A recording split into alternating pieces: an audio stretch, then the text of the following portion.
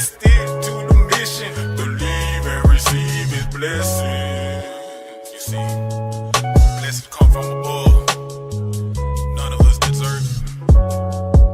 None of us is worthy. But we praise y'all for his mercy.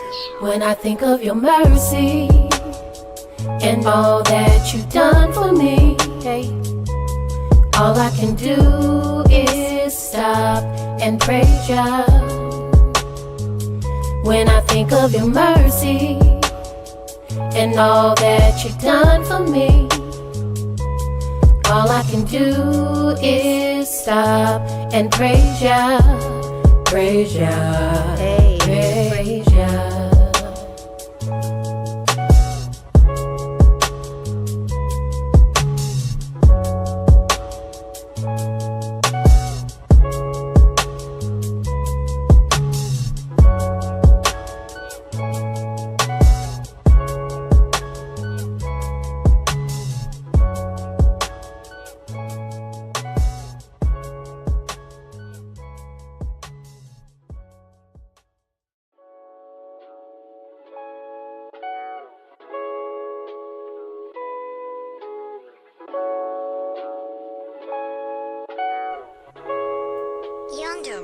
When I think of your mercy and all that you've done for me, all I can do is stop and praise ya. When I think of your mercy and all that you've done for me, all I can do is stop and praise ya, praise ya, praise ya. Really gotta stop, like praise, yeah. Stop and praise the ancient of days. Teary-eyed and with a smiling face, the praise you gave was already ordained. Stop and praise for keeping you in your lane. Give a praise for breaking off them chains. Before you let somebody steal your praise, think about the spirit in which they came. Think about the energy they gave. Is it worth it? Nope, never, no way. Kingdom we broke into a praise dance. I praise y'all for D4 hug daps. Praise Yahweh for the congregation, and I praise him for the angels, the elders, and all their dedication. See this truth, it'll cut you, heal you, it'll make or break you. It's a spiritual walk, it's a spiritual ride. Just don't despise the chastisement when you get chastised. You a son, not a bastard, right? You gon' get chastised. It's a spiritual ride, just vibe. Yeah, just vibe. We gon' ride. All praises to the Most High. When I think of your mercy and all that you've done for me, all I can do is stop and praise ya. When I think of your mercy and all that you've done for me, all I can do is stop and praise ya, praise ya, praise ya. Mercy on you, mercy on me.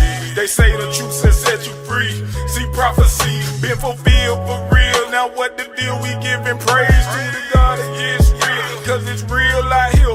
People get killed out here. They robbing steal out here. It's getting hard out here. The love of many wax cold from what I hear. But we backed by the Most High, so who shall you feel? You gotta be bold and righteous to live. The flesh is seething and wicked. Sin deceiving is vicious. Repentance needed to fix it. His mercy too exquisite to miss it. Just receive the listen. Let's stick to the mission. Believe and receive his blessing. You see, blessings come from above. None of us deserve it. None of us is worthy. But we praise y'all for his mercy. When I think of your mercy and all that you've done for me, all I can do is stop and praise ya. When I think of your mercy and all that you've done for me, all I can do is stop and praise ya, praise ya, praise ya.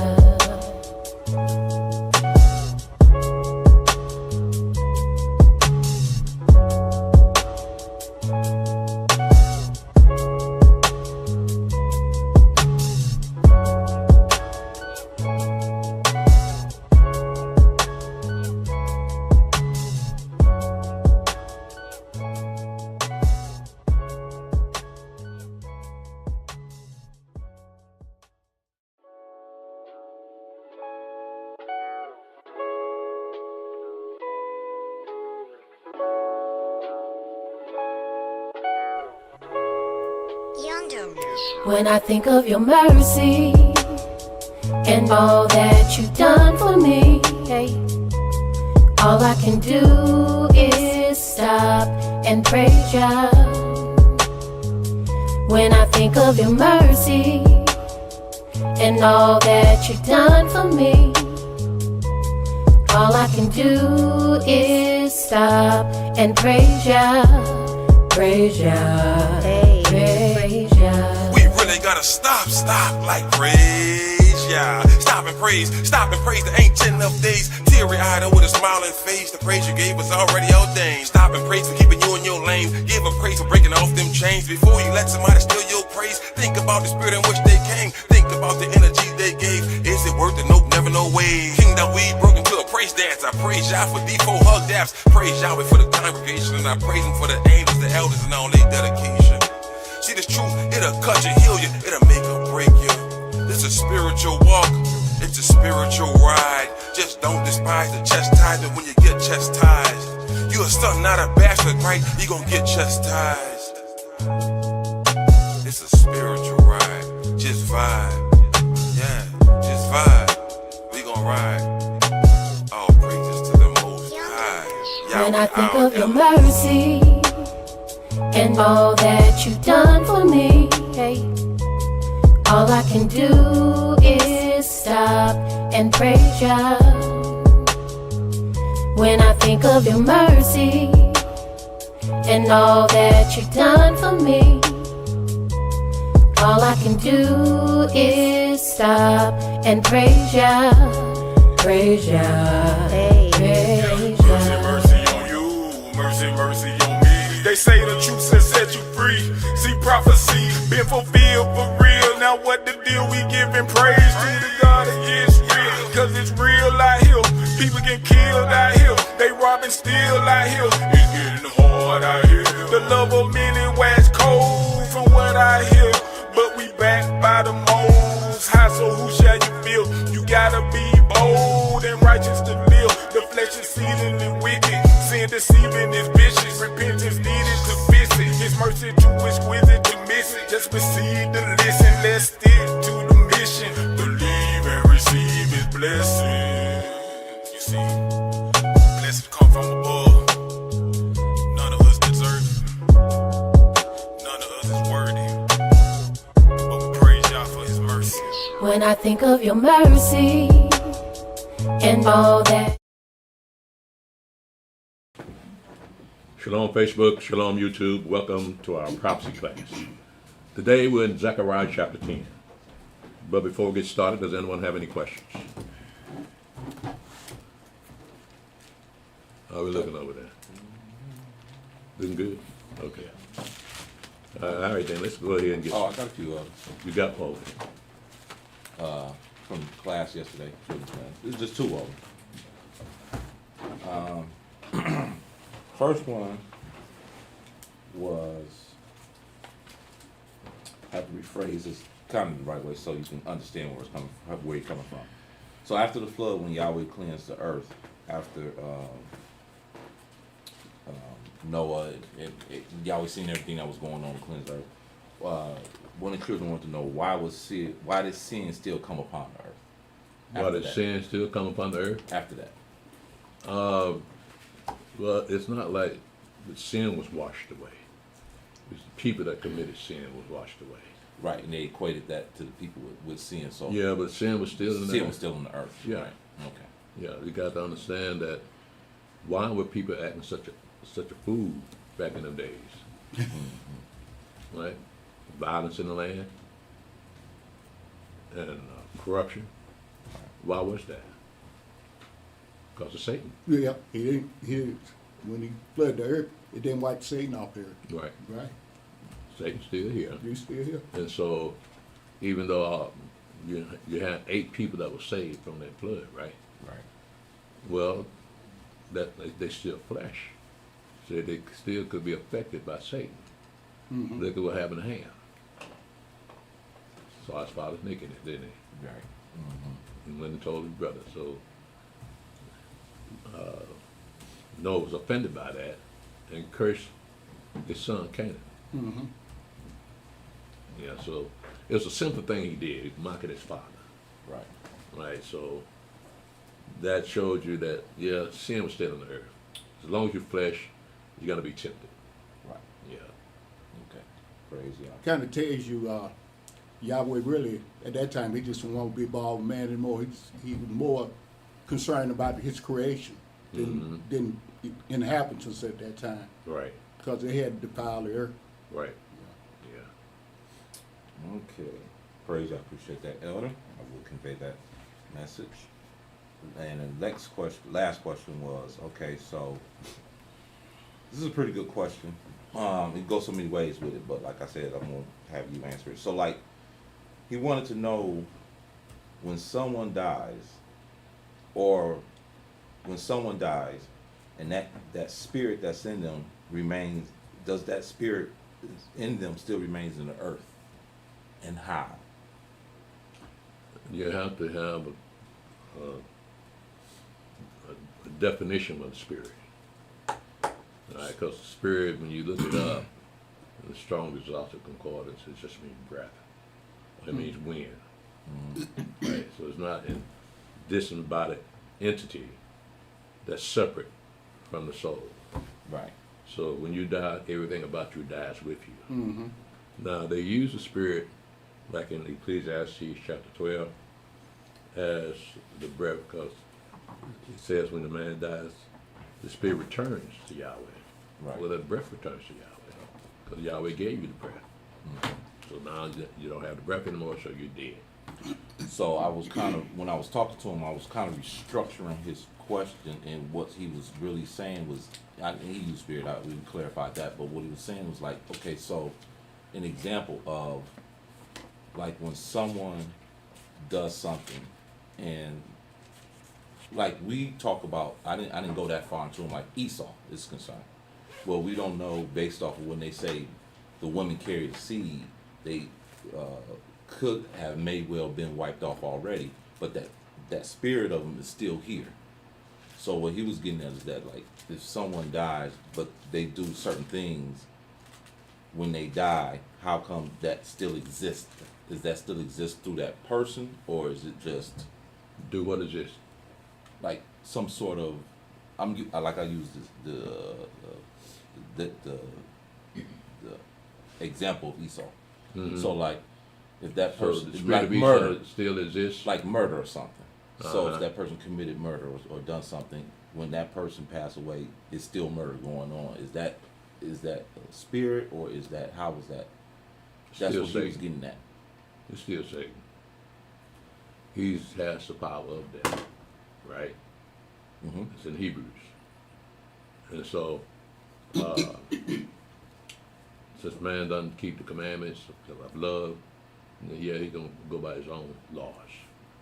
So when we're talking about vengeance, he's going to take vengeance on somebody that he wants to take vengeance on. And as far as murder is concerned, it's a reason why people murder. They murder for out of jealousy. They murder because of something that someone has and you want it. There are many reasons to murder someone. So the actual, that's not something that's separate from separate part of life. Right. It's part of life, It's part of, okay. right? So you're gonna have that entity out there that will murder you. That's always going to be like that. Okay. Ever since Cain, yeah, Yeah. and stop. All right. So did that get that for you? No, I get it. It was a question I had to kind of like, I understood where he was coming from, but you know, when you're dealing with someone that young, they don't know how to formulate that question. Oh, yeah. So like I was saying, like, just because a person does something, that doesn't mean just because they go to the ground and die, it's still gonna go on, because we still, the earth is still ran by Satan, so Right. it's gonna always still going on. Our names are written up in heaven, right? And so you could get your name blotted out. And you know, that's what happened in the second resurrection. Mm-hmm. They couldn't find them people's names in the book of life. They're talking about murderers. Right. But again, there has to be a reason for murder. I mean, not just emotional reasons. It's a reason that Yahweh allows someone to be murdered. You remember the cities of refuge? Yeah. Well, Just in case somebody someone accidentally kills kills somebody. someone, they'll go there. They got to go to the city of refuge and stay there till the high priest dies. So you can't call that murder, but then Yahweh set that up, didn't he? Mm-hmm. So you got to wonder, why would you do this? Both of these best buddies. Yeah, one of them killed his best buddy by accident. But Yahweh set that whole thing up. Let you know he don't care nothing about flesh. Mm-mm. Absolutely not. Mm-mm. So it could be something to do, so it could be judgment on one, maybe, the one that got murdered, or something he did that y'all always seen he did, or it could be the other way around, they want the other one to be judged for. You know, Yeah, you gotta look at all sides like that too. It may be something that Yahweh wants to judge this person on that accidentally killed that person. Maybe Yahweh put a judgment on the person that got killed, got you. right? Well, the innocent man that accidentally killed him, Yahweh gave him a city of refuge to run to. About a murder, you can't go there, Right. right? But then, if Yahweh, now we know Yahweh put the accidental killing on. He's part of that, right? Now, what makes a person murder someone? Go back to Cain and Abel, It's an emotion. right? Who really killed Abel? This is the first murder, right? Mm-hmm. Who really killed Abel? Pretty much, he was of Satan's seed, wasn't No, look at what the Mashiach said. The Mashiach told the Jews, "You're the father of the devil. The father's the devil, right?" He was a murderer from the beginning. Yeah. So that's where the murder actually. Yeah, from the devil. From the devil. Yeah. First lie and first murder.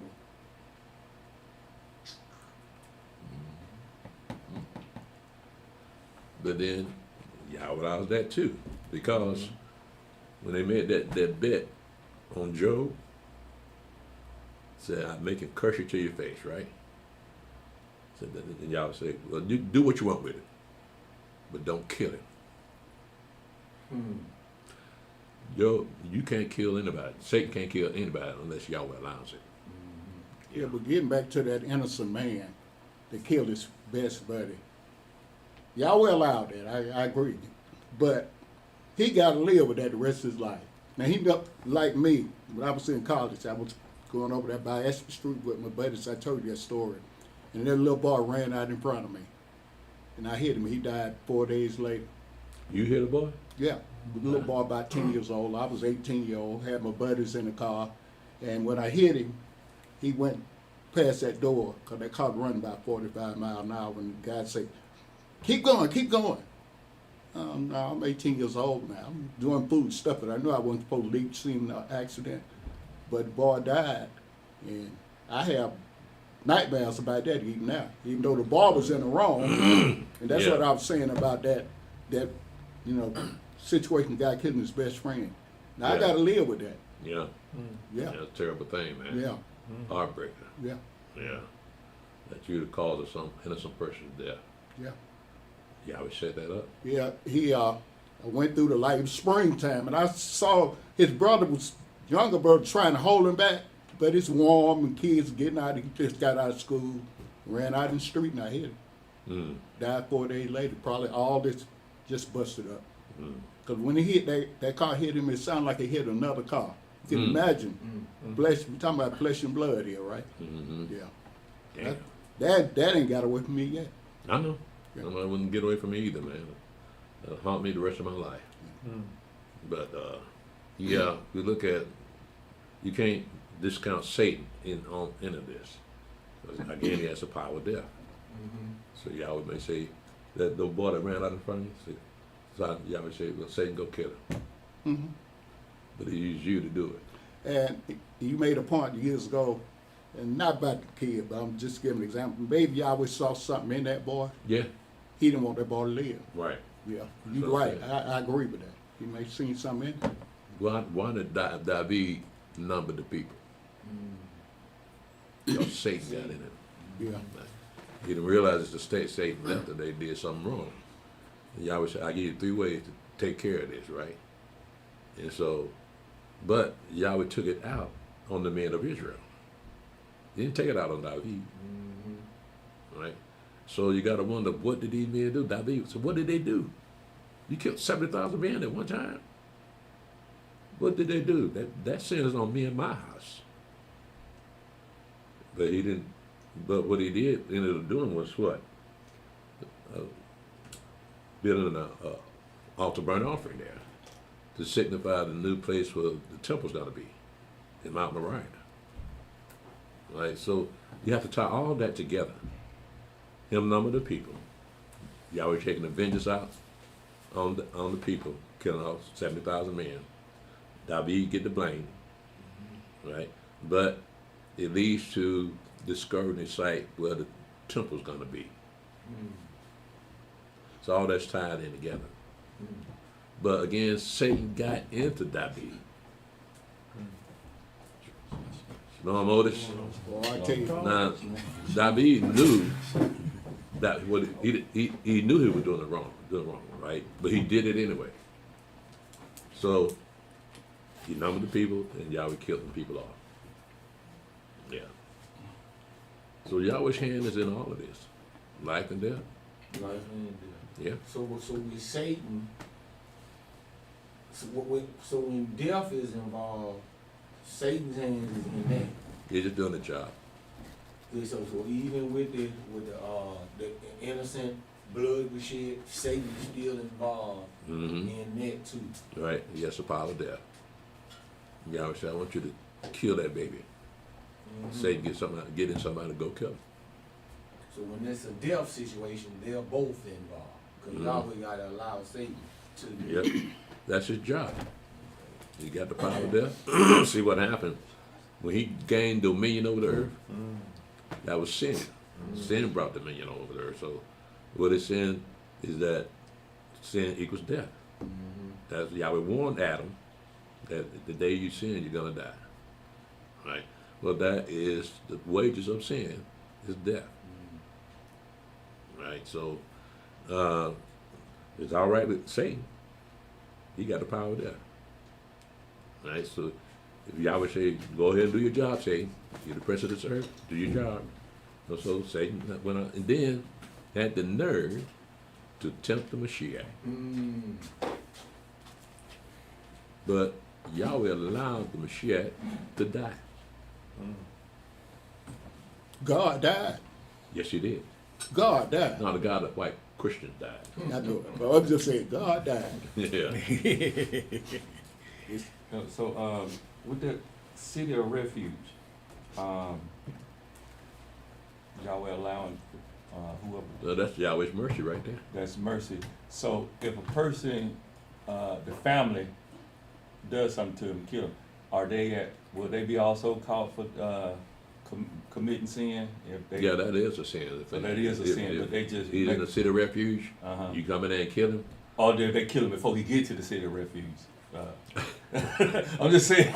I just wonder, but it's still murder if you kill him regardless. Yeah. So Yeah, I just especially wondering since the that. priest is there. Mhm. He ordained that they go to the city. You can't stop him from going to that city. That's the law. So if they break that law by killing that man, then they got to die. Okay. Because that'd be murder. Mm-hmm. He's under the protection of the high priest. No matter if he just get into the city, he's still under the protection of the high priest. Okay. But those Catholics, they mimicked that thing. Well, when they had somebody that was a murderer or something like that, he could actually go in the church, and he was under the authority of the Catholic priest. You know, we had movies and stuff about that. Yeah, yeah. Yeah. I didn't know it was like that. Yeah. With the Catholic Church, yes. So what did he do? Go in the confessional booth, confess that he murdered somebody? No, he didn't have to confess. He just told them what happened. And when he entered that church, the authorities couldn't come in there. The Buddhists do the same thing. Yeah. They did that back in the day. I don't know if they don't about now, but they had movies that they showed when somebody do that, they go in there. They have to stay there though, right? Yeah, Yeah, they have to yeah. stay there. As long as he in there. You He could, had to that, stay there. that, whoever he is, he could be a sheriff, a U.S. Marshal, he can get right on them steps, but going to that threshold, he can't cross. No, he can't get in there. So I guess that's where they got that from. But it shows you, like you say, they read this book. Yeah. They got it twisted, but they read this book. They tried to insert themselves, and that's why they screwed up. Yeah. Yeah, I know, man. Let's say imitation is the highest amount of flattery. Yeah. Did you, yeah. Elder, when people of war who serve wars come back home and they have like that mental, what do you call it? PTSD. PTSD, and they do outside of what normal people do, and may have maybe killed or done something to hurt somebody else. Do they classify that as being a murderer, or just somebody that just, you know, got that spirit inside of them that makes them do what they do? Are you referring to someone that at some point was not in their right mind? Yes. Well, And they killed somebody? And also served in the military and came out with PTSD.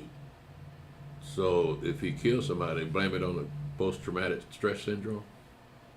Or would that be like a spirit or something that's in him that makes him do things, or make them do things that when they are out here, you know, a place to really go to do So then they things? want to blame it on the PTSD, but it's something else going on that made him go out and kill somebody, right? Or kill a bunch of folk.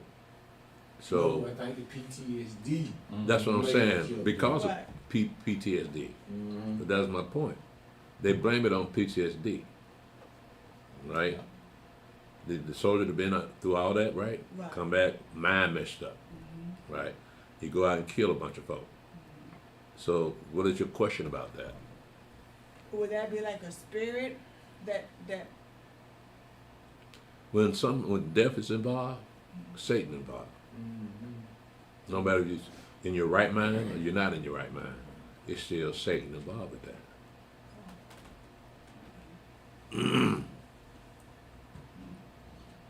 So it meant whoever it was, their names up in heaven had an expiration date. So when that date shows up, Satan go to work. Jump in one of them crazy people's mind and let them blow them away. So we again, our names are written up in heaven, right? And some of us have expiration dates. We don't know what they are. That made me think about something. So, Elder, I know Yahweh sent Israel to fight wars and stuff like that. So, those battles and those people that they killed, it wasn't counted against them as far as sin. You Because mean Yahweh- war? Yeah, People that kill people in war? yeah. That's- For now, not back then. I know Yahweh told someone to kill some, so that wasn't imputed on them. But now you have wars and people go into wars. Is that still sin now? Because I know you fighting a war, you protecting yourself. But what is it? How is Is it? fighting a war and you killing people, is that a sin? Is that the question? Yes. No. Okay. Because wars are not murder. Okay. Wars are things of death, but it's not murder. It's not somebody sat home and thought about doing. Mm-hmm. These are just men fighting men. Yeah. Nothing personal is. Nothing personal. Okay. It's trying to win a war. Yeah. Yeah. Now the question is, how would they be judged? How would people that die in wars be judged? I I think. mean, if they fighting wars, Yeah. right? Will they be judged for the lives they took in the war, or will they be judged for other things they did outside of the war? Other things outside. That's what I'm Mhm. asking. Yeah. Yeah. But that's when that PTSD kicks in, right? So right at that point, this man is not in his right mind. All he knows is that he got to kill somebody. Well, that names maybe had an expiration date on it that he killed. Mm. And Satan used that. Yahweh told Satan, go get him. So Satan used the crazy man to go kill somebody. You know, that's something the Christians can't figure that one out. They talk about that on the job. 6 commandments says thou shalt not kill, right? Mm-hmm. But Yahweh here tell his people, I want you to go up there and kill them Amalekites, for Mhm. example. I want you to kill them for what they did to my people 400 years before. Right. Yeah. Right. So that kind of throws it off. But I can see why they started at what they call the Old Testament. Yeah. They don't understand. Yeah. They don't understand the New Testament either. Yeah. But nevertheless, Yahweh's in control of all this. Right? Whether you live or whether you die. So if it's time for you to die, you tell Satan, go get it. Time for him to die. Mm-hmm. I've used what he told me one time before. He told pretty much the congregation the wording "thou shalt not kill" should be "thou shalt not murder."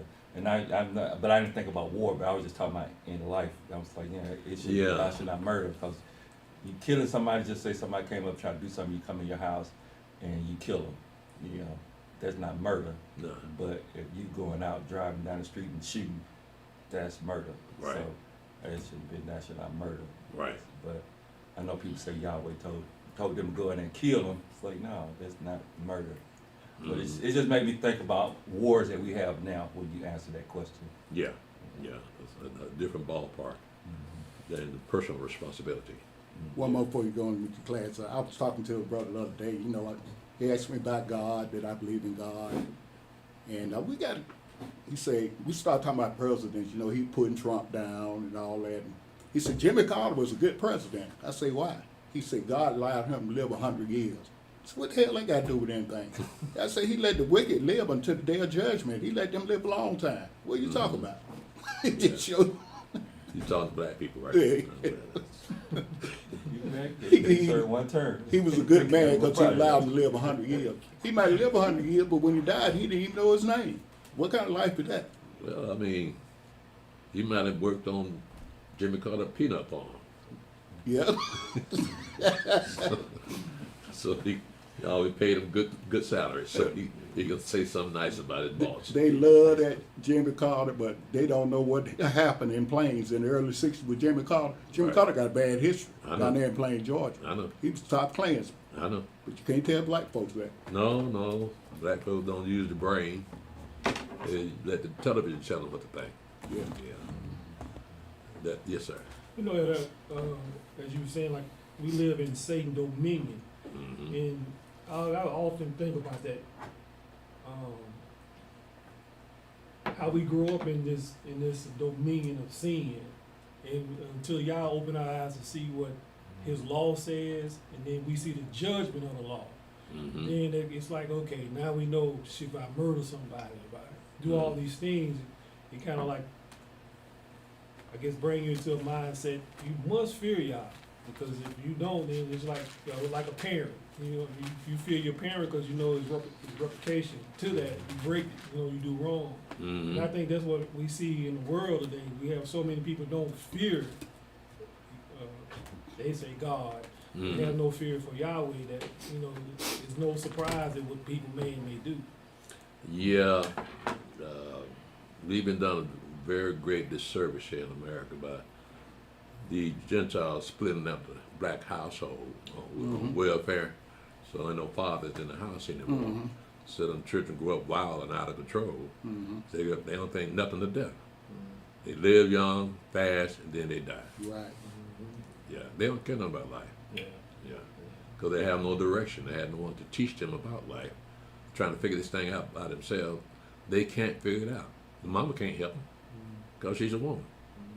This young man trying to be a man, he don't know how to go about being a man. Mm-hmm. Yeah, this thing hanging out with boys, them gangs, and get a reputation about yourself that's some tough guy. He think that's a man. Yeah, but he has the wrong impression. You right, that song that Tupac Shakur made by Mama, Dear Mama, says everything you just said. Yeah. Said when his dad died, said he didn't even cry because his dad was a stranger. Right. Raised by his mom. Look what happened. Boy died at 25 years old. Yeah. Yeah, well, you can't stop that street, Satan in the streets. And he's trying to grab as many young black people as he can. Because again, it's a calculated effort to destroy the black household. Mm-hmm. By taking a man out of the equation, just serve the woman, take care of her, being the dad or the husband. That's what the government is doing. We've always said that. And so now you got to the point where women say, we don't need no man. Mm-hmm. Right? Terrible. But now, lately, I've been hearing some different tones. Because the women losing their jobs, and they're finding out it's really hard raising them children by herself. See, women, normally, they didn't work all the time like they do today. They would stay at home, raise their family, and clean up the house, keep the house clean and everything. The dad to go to work, come on back. Simple. But that civil rights movement, that feminism, that opened up the door for women to advance Mm-hmm. and start making more money than the man. What she need a man for? Yeah, so it was done on purpose. Yeah, to destroy us as a people, and it's working. That's why we got to get up out of here. Yeah, oh yeah. Yeah, because we'll be extinct. Mm-hmm. Yeah, none of us be left. Yeah. That's true, because man, my pops, 89, when he can say something to me and take me back when I was young, make me stop. Well, like, man, like, hold on, ain't that guy no more. Well, you must fear your father. Yeah, Because he's supposed to instill that fear at a very young age. yeah, he did. And that's what my daddy did to me. And that's what happened. Like, for instance, you see a brother about 6'8", and dad about 5'2". He's still scared of it. He's dangerous, man. A little short. You put that fear of death in them at an early age, so they'll always fear you, always respect you. Yeah, so that was good parenting, right? But you don't have that now. The young boys, young children ain't scared of nothing. You know, it was kind of years ago. I left the camp and went up the street, and a boy talking about Happy Father's Day. I say, son, why are you doing it? He's about 23, 24. I say, do you know where your dad at? I ain't never seen him. We're celebrating Father's Day. They never seen his dad. Don't know who his dad was. Oh, yeah, probably 90% of them boys Yeah, out a lot there. They don't know who their daddy is. That's bad. Now knowing your daddy and he ain't no good, but not even knowing who your daddy is. Yeah, That's tough. that's the life nowadays, man. You know, I think I told you, don't let you shut up.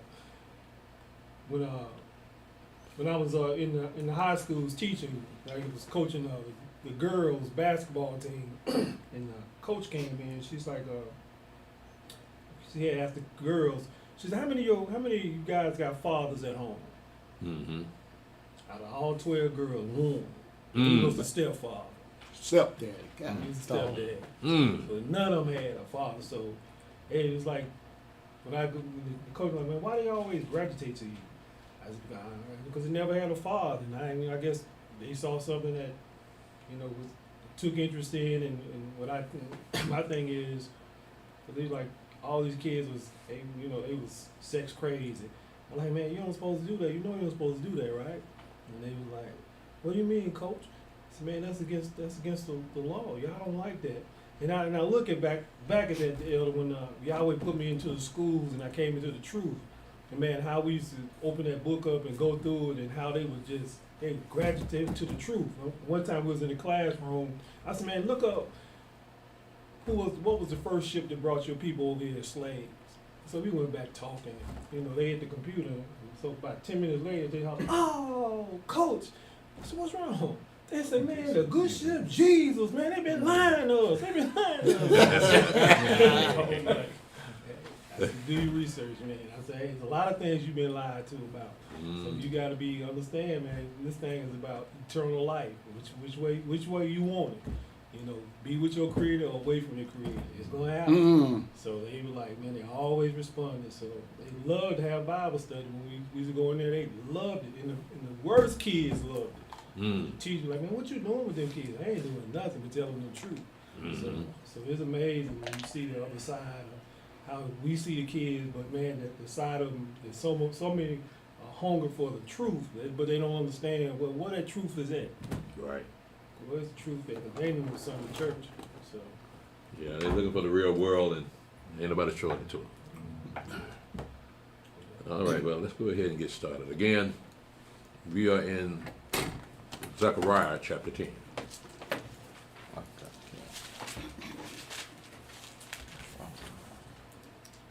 Zechariah chapter 10, verse 1.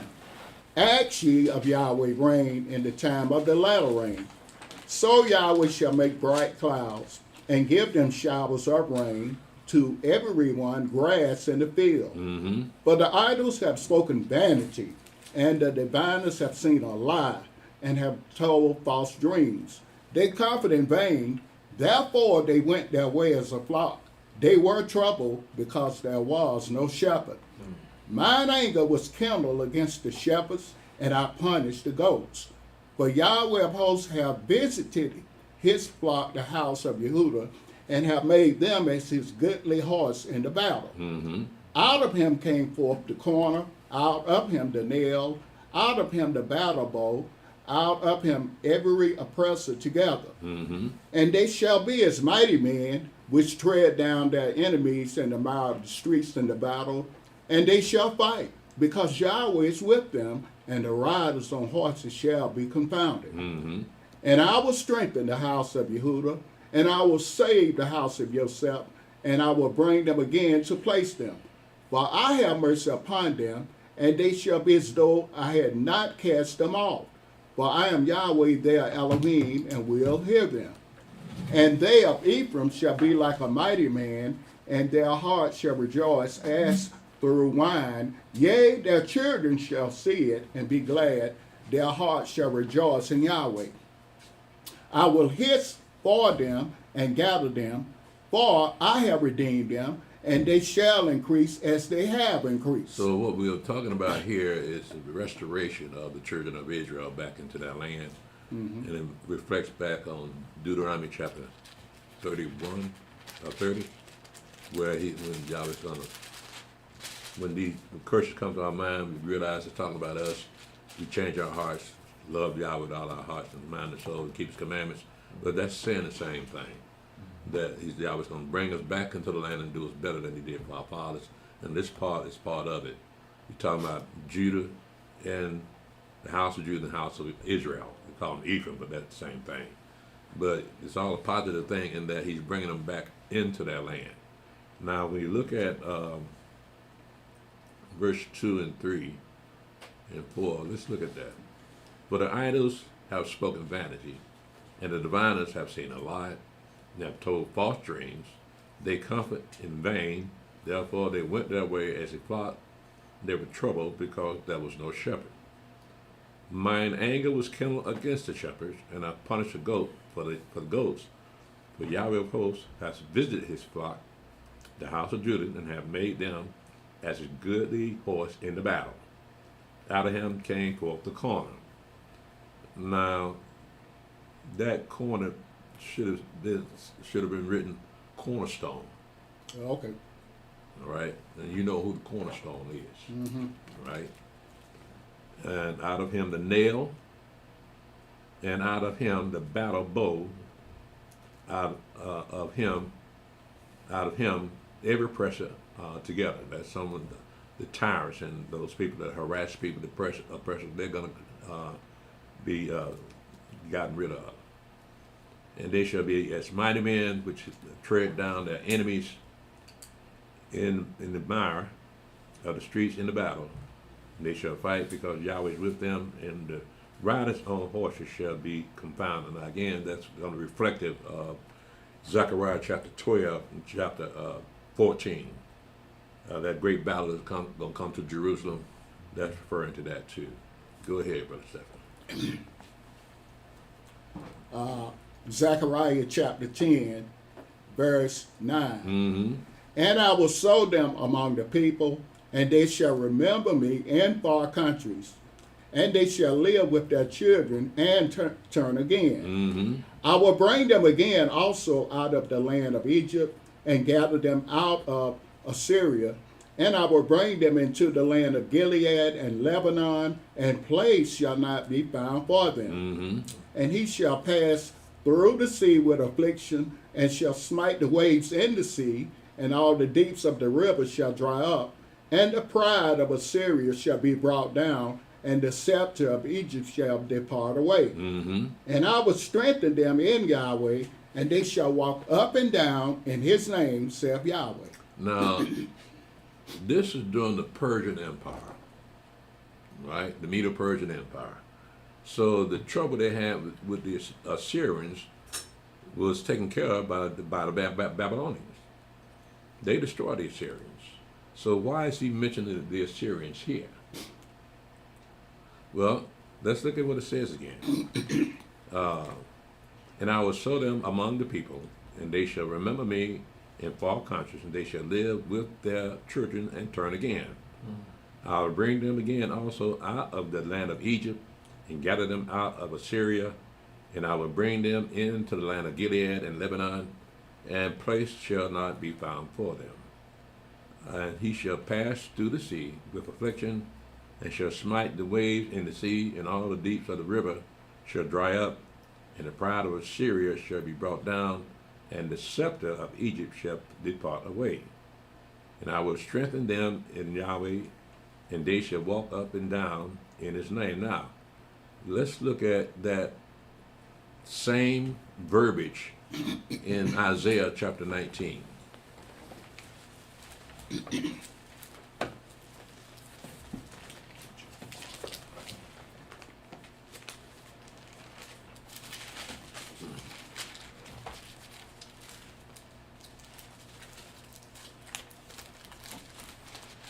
Now, let's pick this up in Isaiah chapter 19, verse 16 to verse 25. Isaiah chapter 19, verse 16. Mm-hmm.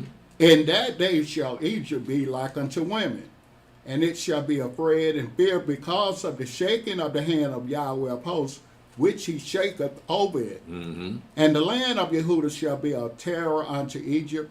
Every one that maketh mention thereof shall be afraid in himself, because of the counsel of Yahweh of hosts, which he has determined against it. Mm-hmm. In that day shall 5 cities in the land of Egypt speak the language of Canaan, and swear to Yahweh of hosts. One shall be called the city of destruction. In that day shall 5 cities in the land of Egypt speak the language of Canaan. What's the language of Canaan? Hebrew? Yes. They spoke Hebrew too. Mm-hmm.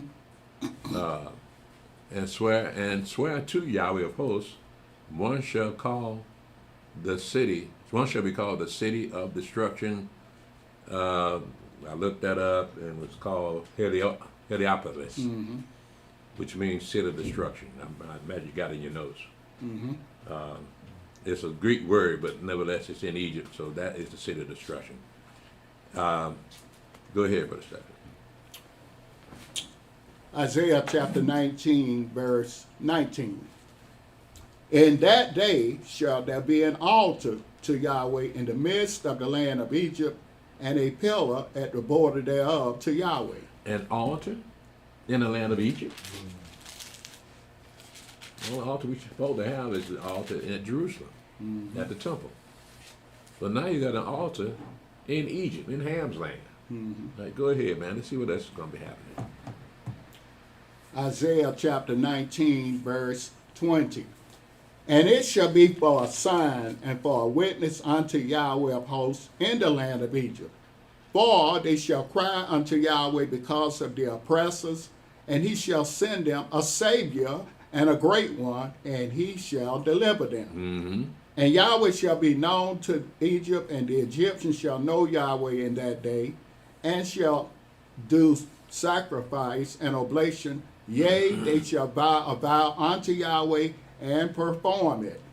And Yahweh shall smite Egypt, he shall smite and heal it. And they shall return even to Yahweh, and he shall be entreated of them, and shall heal them.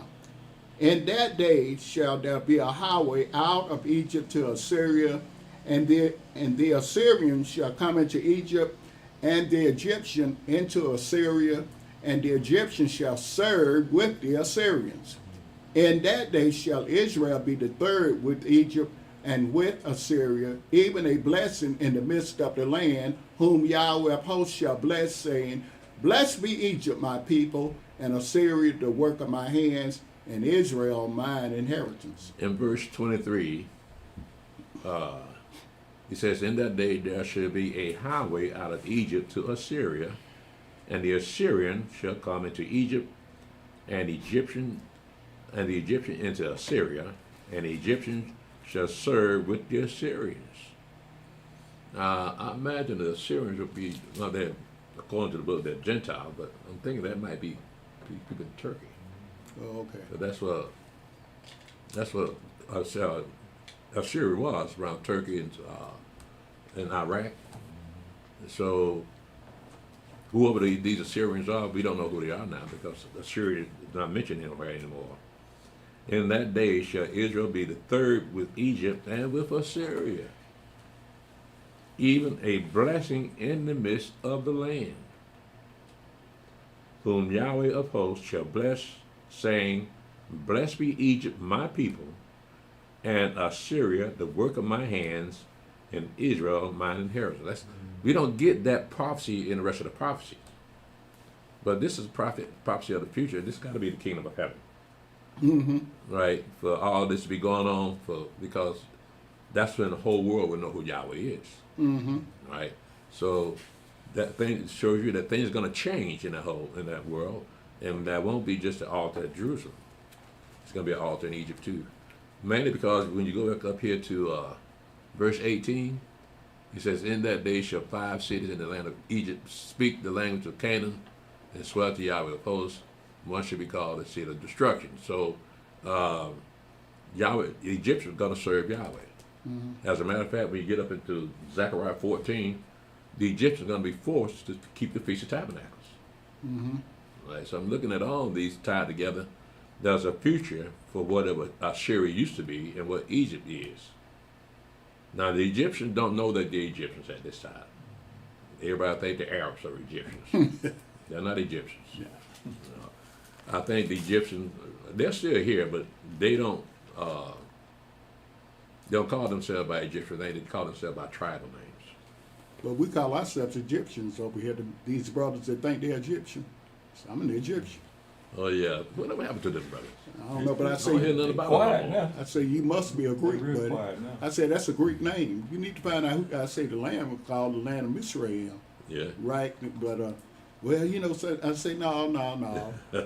That's an Egyptian name. That's a Greek name, bro. Well, yeah, I'm glad you brought that up. If you're an Egyptian, why you call yourself an Egyptian? Right, And you call yourself by something white folk gave you. right. You ain't no Egyptian. You're just a con artist. That's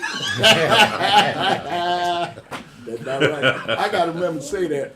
Next time, brother, come up to me with Kemet and all that stuff about black man and Kemet. Yeah. Yeah. Yeah, well, You're a con now. that's our folks. All we got gave. Some people fall for it, some people don't. So that's the same, that land is the same as Syria. That area. Assyria? Syria. Assyria. Assyria. Assyria? Yeah. Yeah, again, the borders have been changed because it's not defined anymore as Assyria, Yeah. but we're talking about the Assyrians. That's what we But do. that's the same as Assyria. That's the area up above Arabia. Yeah. Up in that crest. Okay. Yeah. According to this map, it's more so east of the Mesopotamia River. Okay. Yeah. So you got Syria, you got the Mesopotamia, then you got Assyria. Okay. I know. You said Syria. You got Syria, the actual country. Of Syria. You got Yeah. The one Syria. that we at war with. Yeah. Then you Okay. got Mesopotamia, and then you got Assyria. Assyria, yeah. Yeah. So they're not Syrians that people think, but they're Well, Syria's still here. Yeah, Our yeah. Syria's not longer here. No, I know. Yeah, that's what I was seriously talking about. here. See, it was at the same place, cause I was just. Yeah, I'm wondering. just saying, though, according to Oh, them, no, they're they- not the same they- place. They're east Yeah. of the Mesopotamian River. Yeah, yeah. Yeah, we're at war with them. They just had to send some troops in this week. What About did- 6,000 of prisoners broke loose. What now? 6,000, those ISIS soldiers broke loose. 6,000 ISIS soldiers. Yeah, and some prison over there. So they don't tell you that stuff on the news. You gotta get regular news. They had to send troops in to try to catch them back. Yeah, they had a prison riot. It was like 6,000 of them. Yeah, Yeah, so America, they're just ready to bomb something. yeah, they probably treat those prisoners pretty badly, put in a riot like that, to break away. I think they get big treated bad anyway. Yeah, well, that part of the world, bro. Yeah, you don't want to go to jail over there. Yeah, they don't play over there. Yeah, you seen them? Yeah, you want to go over there, act right when you get in their countries. That's how I guess how it is. They don't have to. They come into Israel. They're gonna have to act right, do what they're supposed to do. And, they'll show you. Yeah. They show some of our people that went to them countries. Act Now, right. if them countries can protect themselves from outsiders Mhm. and check them if they come inside, and Mhm. make sure they follow the rules and the laws, how come we can't do it here? Right. Right. See what I'm saying? They don't want it done here. Mm-mm. Motherfuckers just come on in. It don't matter. And vote if you feel like it. Vote. Yeah. That's the only way Democrats can get to stay in power. Say They get vote. more sympathizers. They Yeah. want to sympathize with you versus following the law of the land. Yeah, because they'll say, well, what would Jesus do? Yeah. He'll let them in, won't he? Sound good. Well, yeah, but they say God. And that you showing love to your fellow man. If you let them in, even if they come from a gang, that's supposed to let them in. I got a problem with that though.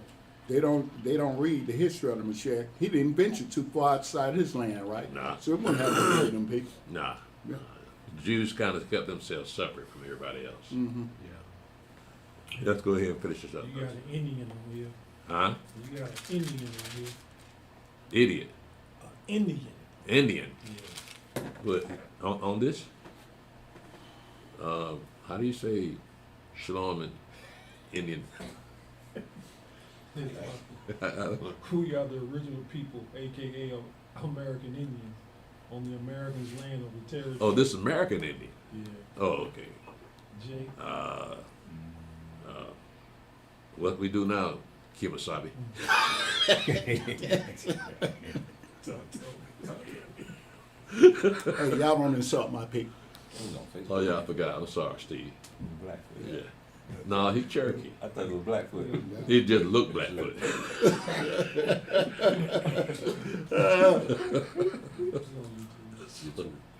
They often get them confused, so you All have of to be them look sure. I don't have any Indian in my history, man. I feel shortened. Why didn't I get any Indians in my family? They're just prejudiced, that's all. They're racist. You too dark, yo. I'm too dark.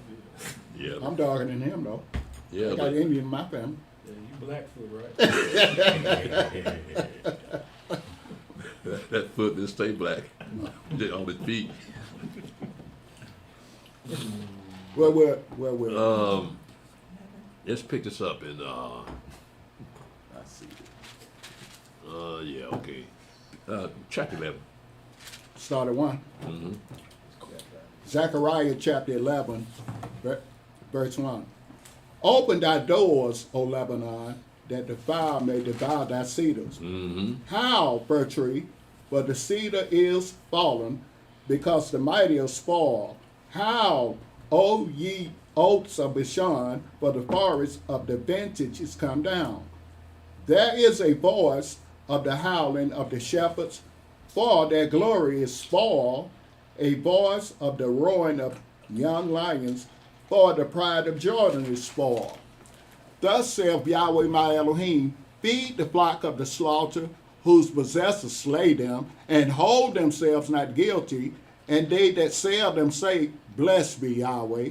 for I am rich, and their own shepherds pity them not. For I will no more pity the inhabitants of the land, saith Yahweh. But lo, I will deliver the men, every one into his neighbor's hand, and into the hand of his king, and they shall smite the land, and out of that land I will not deliver them. Now, something like Yahweh's wrath is being poured out on his own people, on his own land. Let's see why. Go ahead, Stephen. Zechariah chapter 11, verse 7. And I will feed the flock of slaughter, even you, O poor of the flock. And I took unto me 2 staves, the one I call Beauty, and the other I call Bands, and I fed the flock. 3 shepherds also I cut off in 1 month, and my soul loathed them, and their soul also abhorred me. Then said I will not feed you. That dieth, let it die. And that is to be cut off, let it be cut off. And let the rest eat every one the flesh of another. And I took my staff, even Beauty, and cut it asunder, that I might break my covenant which I had made with all the people. And it was broken in that day. And so the poor of the flock that waited upon me knew that it was the word of Yahweh. And I said unto them, if you think good, give me my price, and if not, forbear. So they weighed for my price 30 pieces of silver. Now this connects up with why Yahweh is destroying this city. That 30 pieces of silver, well, that's what they paid Judas Iscariot to betray the Mashiach. So it's all tied in them rejecting the Mashiach. They poured his wrath out on his people. So you look at what happened in Jerusalem 39 years later, in 7 AD. That's Yahweh's wrath being poured out on his own people. Right? They rejected the Mashiach, then they sold him to death. Wow. Right? Go ahead, brother. So, quick question. So, verse 7, and that state one called Beauty, and the other was that the Mashiach and Israel, or it was just? No, that is Yahweh's covenant with the 2 types of his flock. Those are poor of the flock. And because the people of the flock, like we read in the previous verse, they betrayed each other, sold each other as slavery. Yahweh's taking the wrath out on his people here. Okay. So he says, I will feed the flock of slaughter, even you, O poor of the flock, and I took unto me 2 staves, the one that I call Beauty, and the other I call Bands, and fed the flock. Now, let's go back to where we were and pick this up at verse 13 so we get a better idea of what these bands and staves are. These 2 staves are. Go ahead, Brother Stephen. Zechariah chapter 11, verse 13. And Yahweh said unto me, cast it unto the potter, a goodly price that I was prized at of them. And I took the 30 pieces of silver and cast them to the potter in the house of Yahweh. Then I cut asunder mine other staff, even Bands, that I might break the brotherhood between Yehudah and Israel. And Yahweh said unto me, take unto thee yet the instruments of a foolish shepherd. Now we're looking at Bands as the agreement between Yahweh and his people. So Yahweh broke the staves to let people know that, yeah, because you did this, I'm breaking my covenant with you. Right? But again, that was just for that particular time, because all that's been already done. But I find it interesting the way they put it. This is not prophecy. This has already happened. But I want to go there to see the actual wording of this prophecy and see that it's not something that ordinary Christian could understand. So you got to know your history, understand what we're talking about here. So we know the history, what they did to the Mashiach and what the Roman Empire did to them.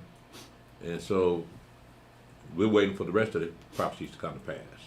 So right here it says in verse 15, and Yahweh said unto me, take unto thee yet the instruments of a foolish shepherd. Now that would end up being a poem. We're going to see. Go ahead, Brother Stephen. Verse 16. For lo, I will raise up a shepherd in the land, which shall not visit those that be cut off, neither shall seek the young one, nor heal that is broken, nor feed that standeth still, but he shall eat the flesh of the fat and tear their claws in pieces. Woe to the idle shepherd that leaveth the flock! The sword shall be upon his arm and upon his right eye. His arm shall be clean dried up, and his right eye shall be utterly darkened. So again, that references Daniel chapter 11 and that one world order. And that king that's going to be over that one world order, and we recognize him as the Pope because of Revelation 13, when you count the number of the beast, it's 666. Right? So he'll be part of that one world order. So that's what this is referring to, the one world order, 3.5 years of the one world order. And Yahweh's going to sound the trumps of destruction, the vials of wrath during that time. So a lot of things going to be happening at 3.5 years. Go ahead, Brother Seth. Zechariah chapter 12, verse 1. The burden of the word of Yahweh for Israel, saith Yahweh, which stretches forth the heavens, and left the foundation of the earth, and formeth the spirit of man within him. Behold, I will make Jerusalem a cup of trembling unto all the people round about, when they shall be in the siege, both against Yehudah and against Jerusalem. Did y'all catch what we said, what we just read here in verse 1? It said, the burden of the word of Yahweh for Israel, saith Yahweh, which stretcheth forth the heavens and left the foundation of the earth, and formeth the spirit of man within him. Right? Now, what kind of spirit is this? You see, form that spirit in man, right? Is he talking about some type of direction or some movement, or is he talking about the breath? It's, like you say, it's personality, disposition. Hmm? Disposition of personality. Yeah, I know. But is it that, or is it just the breath? I think it's that. That? Okay. Go ahead, Brother Is Seth. is it how we think too? Well, that's what he said. It's, I got to be careful how we use the word spirit. In this case, it's talking about how we think, disposition. Yeah, so you look at the fight between David and Goliath. He's a young man running up on that big giant with just a sling in his hand. Who in their right mind would do that? So that would be the same thing as Samson when he brought the temple down. Was that spirit came upon him? Or would that Well, be with the same? David? David, and then also Samson when Samson? when he pushed the pillars down on the temple. Uh-huh. If that spirit came on, would that be sort of like the same type of spirit? With David, this verse 1. This verse 1, is it considered? Yeah, when we read, you're going to see yes. Okay, then. All right, we're going to read the rest of it. Go ahead, Brother Stephen. Zechariah chapter 12, verse 2. Mm-hmm. Behold, I will make Jerusalem a cup of trembling unto all the people round about, when they shall be in the siege, both against Yehudah and against Jerusalem. And in that day will I make Jerusalem a burdensome stone for all people. All that burden themselves with it shall be cut in pieces, though all the people of the earth be gathered together against it. Now, this will happen after the 3.5 years. So once the 3.5 years is over, the prophecy still got to continue. So everything being poured out, everything being blown. So now these people here are those armies that gonna come up to Jerusalem because we're there. Yahweh with us. We're there, so the spirit gonna be moved in them. The spirit gonna move them to come and try to attack us, right? Because Yahweh says he's gonna make Jerusalem a burdensome stone for all people. All that burden themselves with it shall be cut in pieces, though all the people of the earth be gathered together against it. Again, it's called you're there, right? Go ahead, Brother Stephen. Zechariah chapter 12, verse 4. In that day, saith Yahweh, I will smite every horse with astonishment, and his rider with madness. And I will open mine eyes upon the house of Yehudah, and will smite every horse of the people with blindness. And the governors of Yehuda shall say in their heart, the inhabitants of Jerusalem shall be my strength in Yahweh of hosts, their Elohim. In that day will I make the governors of Yehuda like an hearth of fire among the wood, and like a torch of fire in a sheaf, and they shall devour all the people round about, on the right hand and on the left, and Jerusalem shall be inhabited again in her own place, even in Jerusalem. Yahweh also shall save the tents of Yehuda first, that the glory of the house of David and the glory of the inhabitants of Jerusalem do not magnify themselves against Yehuda.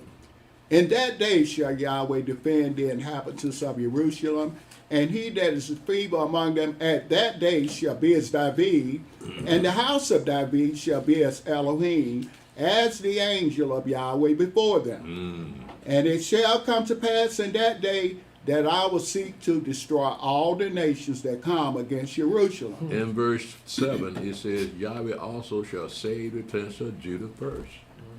That means you got to be there. Right? It's excluding all the rest of the tribes that are still scattered. So he's saving Judah first.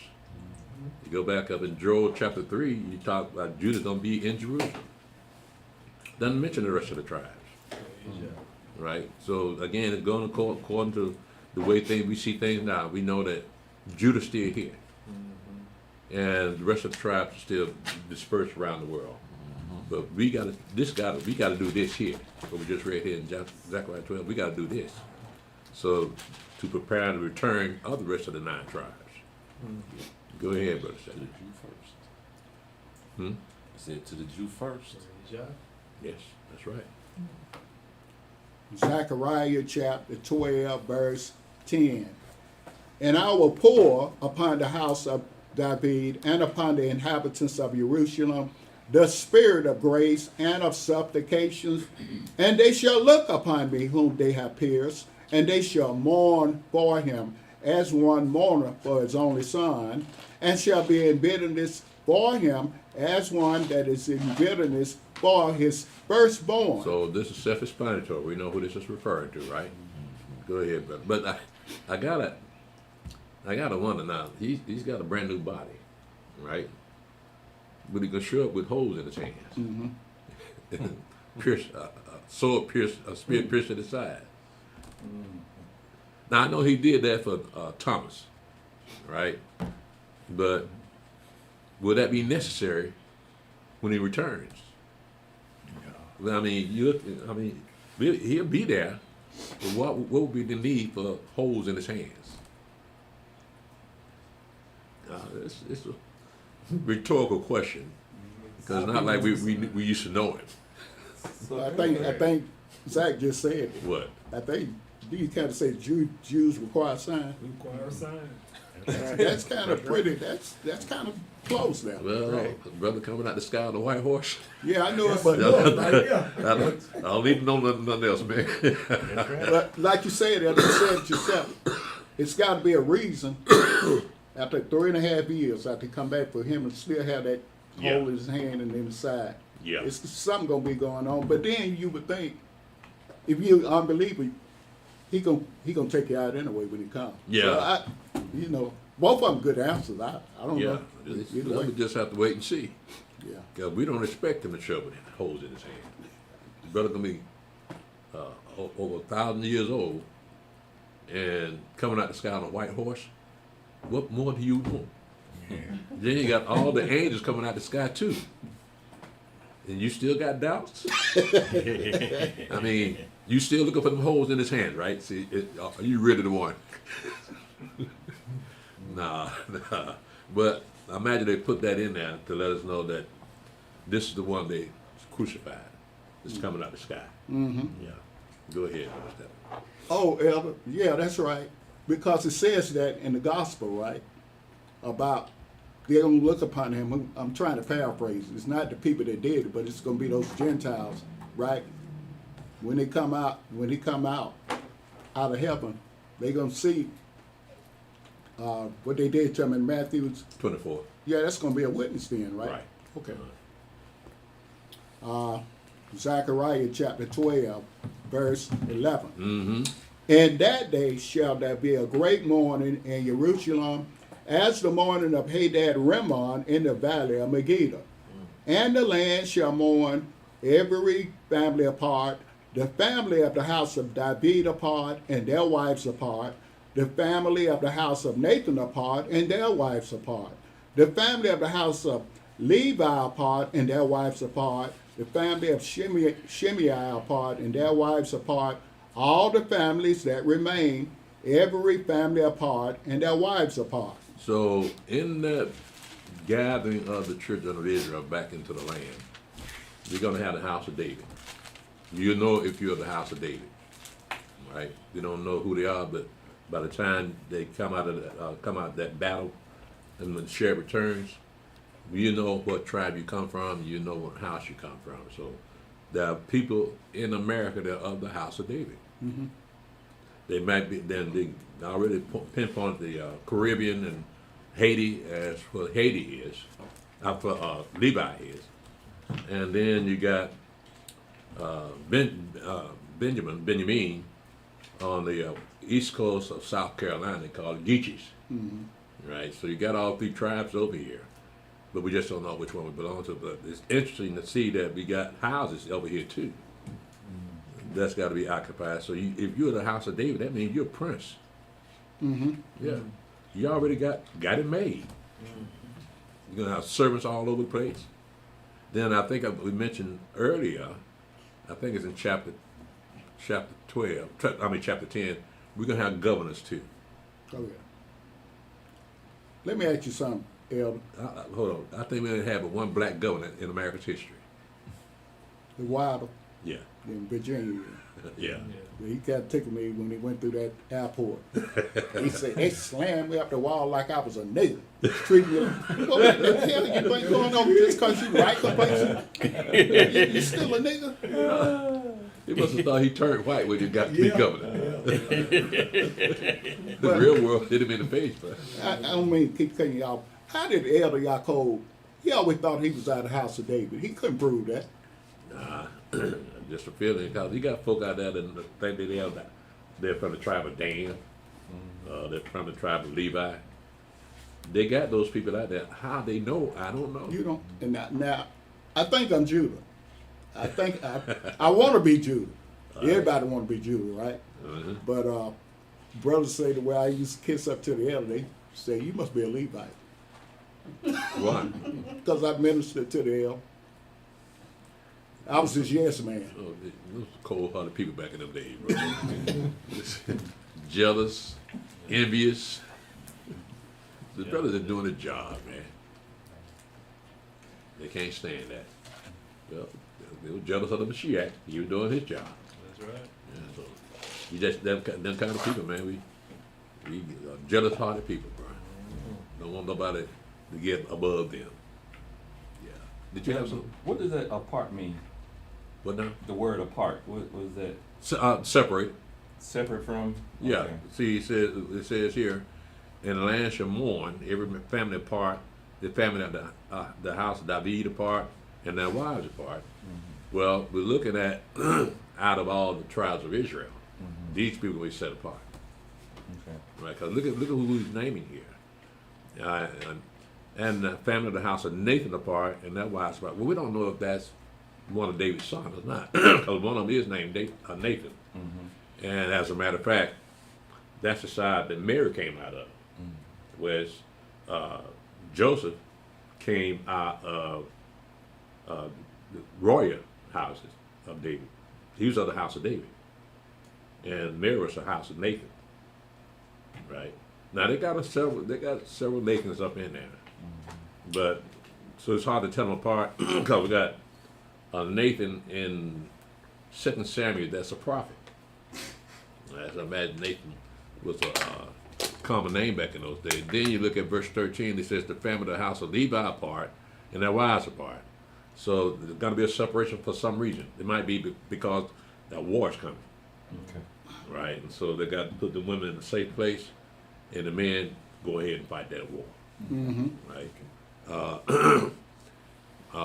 Now, it mentions Levi. I don't think that David had any sons named Levi. So I'm talking about the actual house of Levi, with the priest and their wives, and the family of Shimei part, and their wives. Now we don't know who this Shimei fella is, but he's more than likely part of Levi's lineage, because we got that Shimei that I think he was the one that threw rocks at David and cussed him. You got grandson of Levi. Right. Oh, he does, David. I'm saying that was your commentary, Shimei. Shimei. Yeah, well, he's the tribe of Benjamin, the one that threw rocks at him. Yeah. Solomon ready to get it, boy. Yeah, he might have been said, He was the first one. He's like, "We got this." Just Turn us loose. He was ready. Turn You my us loose. daddy like that? I take a hit right on off. I ain't got to hit him twice. Except my daddy. His people told on him. And he left King. Go ahead, sir. Zechariah chapter 13, verse 1. In that day there shall be a fountain open to the house of David and to the inhabitants of Jerusalem for sin and for uncleanness. Mm-hmm. And it shall come to pass in that day, saith Yahweh of hosts, that I will cut off the names of the idols out of the land, and they shall no more be remembered. And also I will cause the prophets and the unclean spirit to pass out of the land. Mm-hmm. And it shall come to pass that when any shall yet prophesy, then his father and his mother that begat him shall say unto him, Thou shalt not live, but thou speakest lies in the name of Yahweh. And his father and his mother that begat him shall thrust him through when he prophesied. That is serious. Your own daddy, your own mother kill you because you said you was a prophet. Well, you ain't got no business calling yourself a prophet with the Mashiach sitting on the throne. What you prophesied about? Why do you need to prophesy? So the father and mother, maybe to save their own life, they go ahead and kill this boy before you get them in trouble. Mm-hmm. Yeah. Go ahead, Stephen. Zechariah chapter 13, verse 4. And it shall come to pass in that day that the prophet shall be ashamed every one of his vision when he hath prophesied. Neither shall they wear a rough garment to deceive, but he shall say, I am no prophet, I am a farmer, for man taught me to keep cattle from my youth. And one shall say unto him, What are these wounds in thine hands? Then he shall answer, Those with which I was wounded in the house of my friends. Awake, O sword, against my shepherd, and against the man that is my fellow, saith Yahweh of hosts. Smite the shepherd, and the sheep shall be scattered, and I will turn mine hand upon the little ones. Now we know who the sheep are that got scattered. But who are these little ones? Israel? No, that Israel, the sheep that got scattered. Anti. Uh-huh. I Gentile. was telling him it's anti-Israel. The little, and he said, I will turn mine hands upon the little ones. Anti-Israel. Okay. They're not little Israelite children. Yeah. No, I don't look at it like that because it when you read it, it jumped from I was a husbandman, then it jumped to I was in the house. So it's like he was saying something else, then all of a sudden he jumped to something else. From verse 6 down to 7, talking about the Mashiach. Yeah, the thing is, when you read the prophets, they're not always written as if they're in sequence. Because again, time has no bearing up in heaven. So these prophecies come from heaven, so they may mention something out of context with the other. It says in verse 6, and one shall say unto him, What are these wounds in thine hand? Then he shall answer, Those with which I was wounded in the house of my friends. Mm-hmm. So with that, you know who this is, right? All right. Awake, O sword, against my shepherd, and against the man that is my fellow, saith Yahweh of hosts. Smite the shepherd, and the sheep shall be scattered. Then they scattered when they grabbed the Mashiach, Peter, the rest of them. They booked, didn't they? And I would turn my hand upon the little ones. So the little ones have to be those Gentiles. Yeah. Well, it says in Songs of Solomon, we have a little sister, she don't have no breasts, right? Right. Those are Gentiles. Those are Gentiles. Yeah. Right. Yeah, I got that. Zechariah chapter 13, verse 8. Mm-hmm. And it shall come to pass that in all the land, saith Yahweh, 2 parts therein shall be cut off and die, but the third shall be left therein. And I will bring the third part through the fire, and will refine them as silver is refined, and will try them as gold is tried. They shall call on my name, and I will hear them. I will say, it is my people. And they shall say, Yahweh is my Elohim. So we know what this is referring to, right? Ezekiel chapter 20. Ezekiel chapter 20, verse 32 to verse 38. That's when Yahweh gonna purge out all those people that transgress His law and rebellious. They got that covered in Ezekiel chapter 20. And so that said 2/3 should be cut off. That's a lot of people. But my question is this. Where you gonna bury the bodies? Because I'm looking at what happened with our fathers when they came out of Egypt and went into the wilderness. They got in fights. And plus Yahweh poured a plague out on His own people. Now, what happened to the bodies? Now I know that they didn't bury those bodies while Yahweh was there in the wilderness with them. So they had to take those bodies outside to another place. Now, I might have been 2 or 3 miles away. But when you got in a fight with them other folk, what happened to their bodies? Left them there. Left them there. Wow. And they're just now finding out that the Red Sea was parted. And the chariot wheels that was down in the Red Sea, you seen that? Yeah. I haven't seen. I heard about it. It was discovered. Yeah, I think it's on YouTube. But they found the chariot wheels in the bottom of the sea. Wow. And they found something that looks like this hand of a person's hand, skeletized and got encrusted all over it. So that's a person there who lost his hand in the Red Sea. So you don't normally do that at the Red Sea. Yeah, they found that, and they also found the. Cause I remember I sent you something like that a few years back, and they also found the. I think the weapons that they were using to throw at them, spears or whatever. They found all that in like one area. At the Red Sea. Mm-hmm. There you go, man. So the story is true then. And if that's true, then the rest of the Bible is true. Yeah, so just what happens, it talks about us. I've been seeing some people on YouTube saying they won't accept a black Jesus.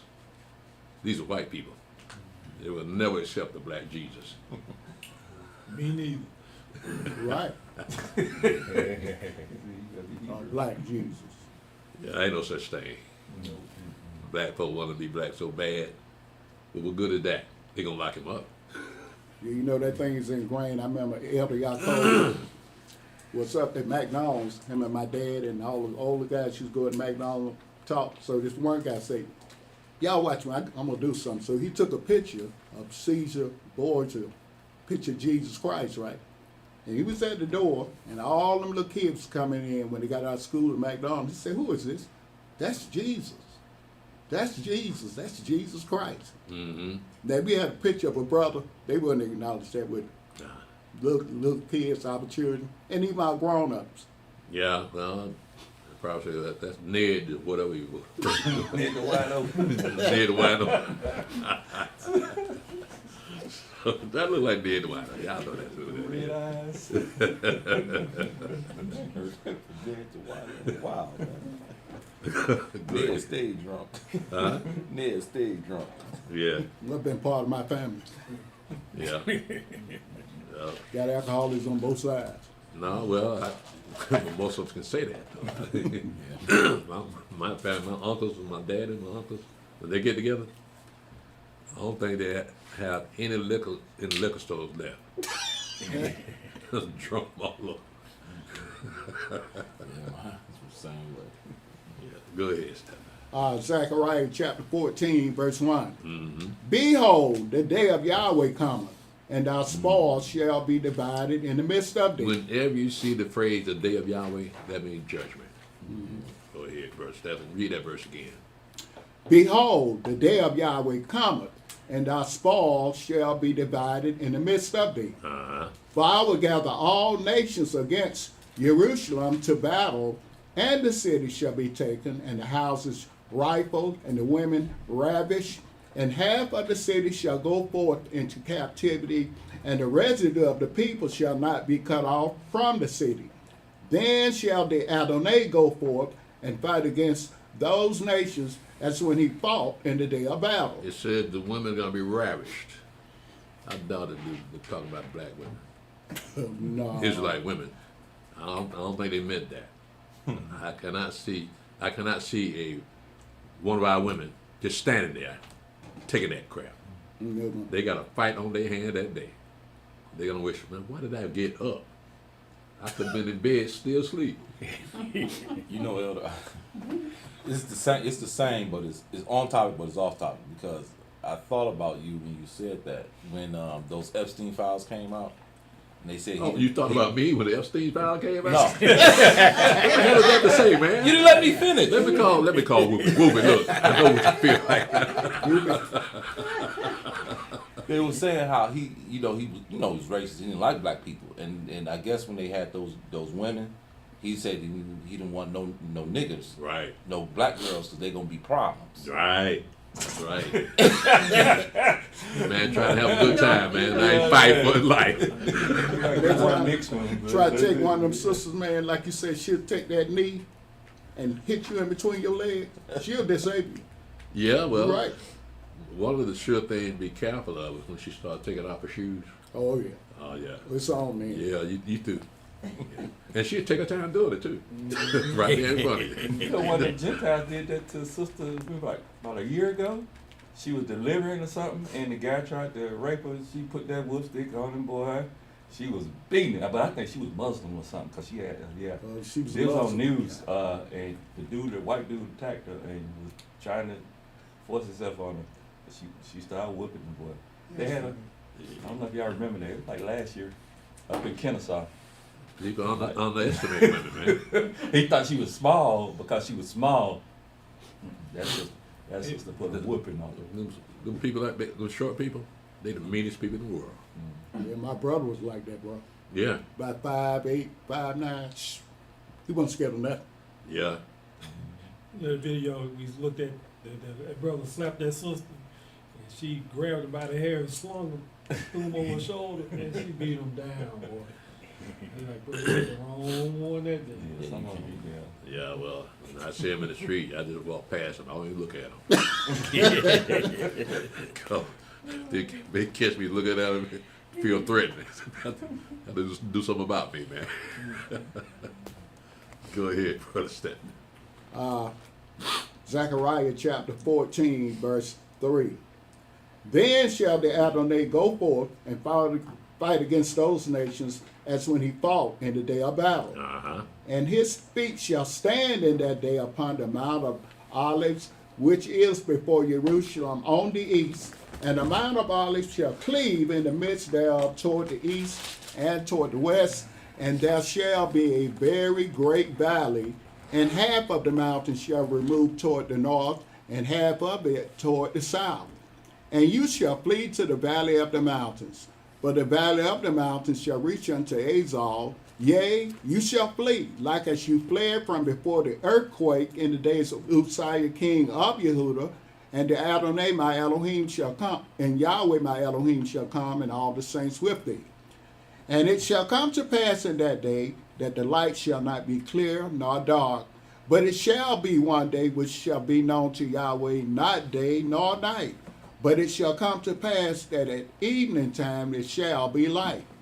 And it shall be in that day that living waters shall go out from Jerusalem, half of them toward the former sea, and half of them toward the hinder sea. In summer and in winter shall it be. Now, we already read about that in Ezekiel, haven't we? That water come from out of the temple for the healing of the seas and healing of the land. That's saying the same thing. Go ahead, Brother Stephen. Verse 9. And Yahweh shall be king over all the earth, In that day shall there be one Yahweh, and his name one. Because you look at what you got out there now. You got new names coming up all the time from Yahweh. Mm-hmm. And there are forms of some of the prophets' name contains Yahweh's name is in their name. Right? But you look at one of the prophets like Joel. Well, that's Yahweh's name also. But it doesn't sound like Yahweh, does it? So that's why they said his name gonna be one. Everybody gonna know the name, the same name. Everybody talking about the same name. So it ain't gonna be like what we got now. Every kind of name you can think of, they out there. And the only thing that we have in common is all of them got a Y in it. That's about it. Go ahead, Brother Stephanie. Zechariah chapter 14, verse 10. All the land shall be turned as a plain from Jebah to Rimmon, south of Jerusalem, and it shall be lifted up and inhabited in her place, from Benjamin's gate unto the place of the first gate, unto the corner gate, and from the tower of Hananel unto the king's wine presses. So that means the temple has to be built. That's being praised at this time. Go ahead, Brother Stephanie. Verse 11. And men shall dwell in it, and there shall be no more utter destruction, but Jerusalem shall be safely inhabited. Again, Jerusalem is in the mountains, right? But it says here in verse 10, all the land shall be turned as a plain from Geba to Rimmon, south of Jerusalem, and it shall be lifted up and inhabited in her place from Benjamin's gate unto the place of the first gate, unto the corner gate, and from the tower of Hananel unto the king's wine presses. But this is future, and so the war's over. The land's been cleansed of all the dead bodies that was in the land. Now all the tribes of Israel are coming back at this point here. Go ahead, Brother Stephanie. Zechariah chapter 14, verse 12. And this shall be the plague wherewith Yahweh will smite all the people that have fought against Jerusalem. Their flesh shall consume away while they stand upon their feet, and their eyes shall consume away in their holes, and their tongue shall consume away in their mouth. So that's what's going to happen to all those people that come up to Jerusalem to fight against us. It's going to be, what's that movie called? Raiders of the Lost Ark. Yeah. You see the sound, the special effect they had on it? It sounds like this right here. So maybe when some of the people that come up against it, they see what's happening to their partners, maybe say, well, maybe we need to go a different direction. Let's go back home. This don't look right. But you look at what happened with Trump. When he went down and snatched that president, Maduro, they used all kinds of weapons on the people we never even heard of. Right, that's right. Yeah. So they had something that made them eyes turn bloody, start vomiting. Nobody got shot, but they got sick. So I'm looking at that Yahweh probably got something set up for anybody to come up to Jerusalem, that we would have something waiting on. But see, we won't even have any weapons. When we come in and get in that wilderness, we won't have any weapons. So what we're going to do? Because we got to come out the wilderness. Sound like a song, though. How do you feel when you come out the wilderness? About that spirit coming on them. So the spirit going to have to come on all those men, all of Judah, to fight the rest of the world that coming up against them. With what? So It really don't matter, because if that spirit on you, come out there with your hands. Think about those people over there now. When they fight, they don't, it's not like the spirit of Yahweh come on them, but they fight with rocks. They don't care. The military come up, them jokers fighting, they coming up with grabbing rocks and stuff, throwing at them. Don't even care. Yeah. But, So do you figure it's going to be the same way? Nah, I don't know. How you know? I'm reading it, Elder. I'm reading. I'm following it. So it But doesn't say they're gonna have weapons. But it said they're gonna fight. well, So, the reason I ask because all the people that's going to be there are the people that believe in the Shiite. People that have been baptized. You see, don't know a whole lot. Well, he's been in the military, so he can look at that and assess it for the way a military man would look at it. But we got two different things going on here. We got people that don't have any high tech military gear, whereas everybody else does, right? So how are you gonna fight that war with no kind of weaponry? Well, who's out there in the wilderness with us? Angels. The man's David gonna be out out, so they'll be. Well, ain't David out there with them? Yep, yep. David was That's out there with them, That's right. and so Right. I'm they'll right be there beside in him. the city, God's will. and they'll the angels. Yeah, they'll take care of that high tech stuff. Yeah. You know, even at that, it's a lot written down. It's a lot gonna happen. Like you say, it's a lot of mysteries in that too. Yeah. That we just not in the book. Right. So as long as it says, you know, like, well, we gonna leave out America, I let it go at that. It don't tell you exactly how. It just say you leaving America at a Right. appointed time. Gotta Right? get out of here. Yeah, Yeah, we don't know how. yeah, So y'all didn't put it in there because our enemy might see how and try to stop us. right. You know, because Yahweh is so powerful, he may not. He don't want you to have no equipment. He want to show the world his power. Yeah. That's right. Yeah. Right. Just like So y'all will be glorified. for Yahweh be glorified, just like Yeah. in Egypt. I'm gonna make this sea go this way and that way. Yeah, because they don't forget all about Yahweh. Right. After he destroyed Egypt, they kind of forgot all about Yahweh after a while. Mm-hmm. So now he's coming back and making another name for himself. Yep. Yeah. Go ahead, Brother Stanley. Zechariah chapter 14, verse 13.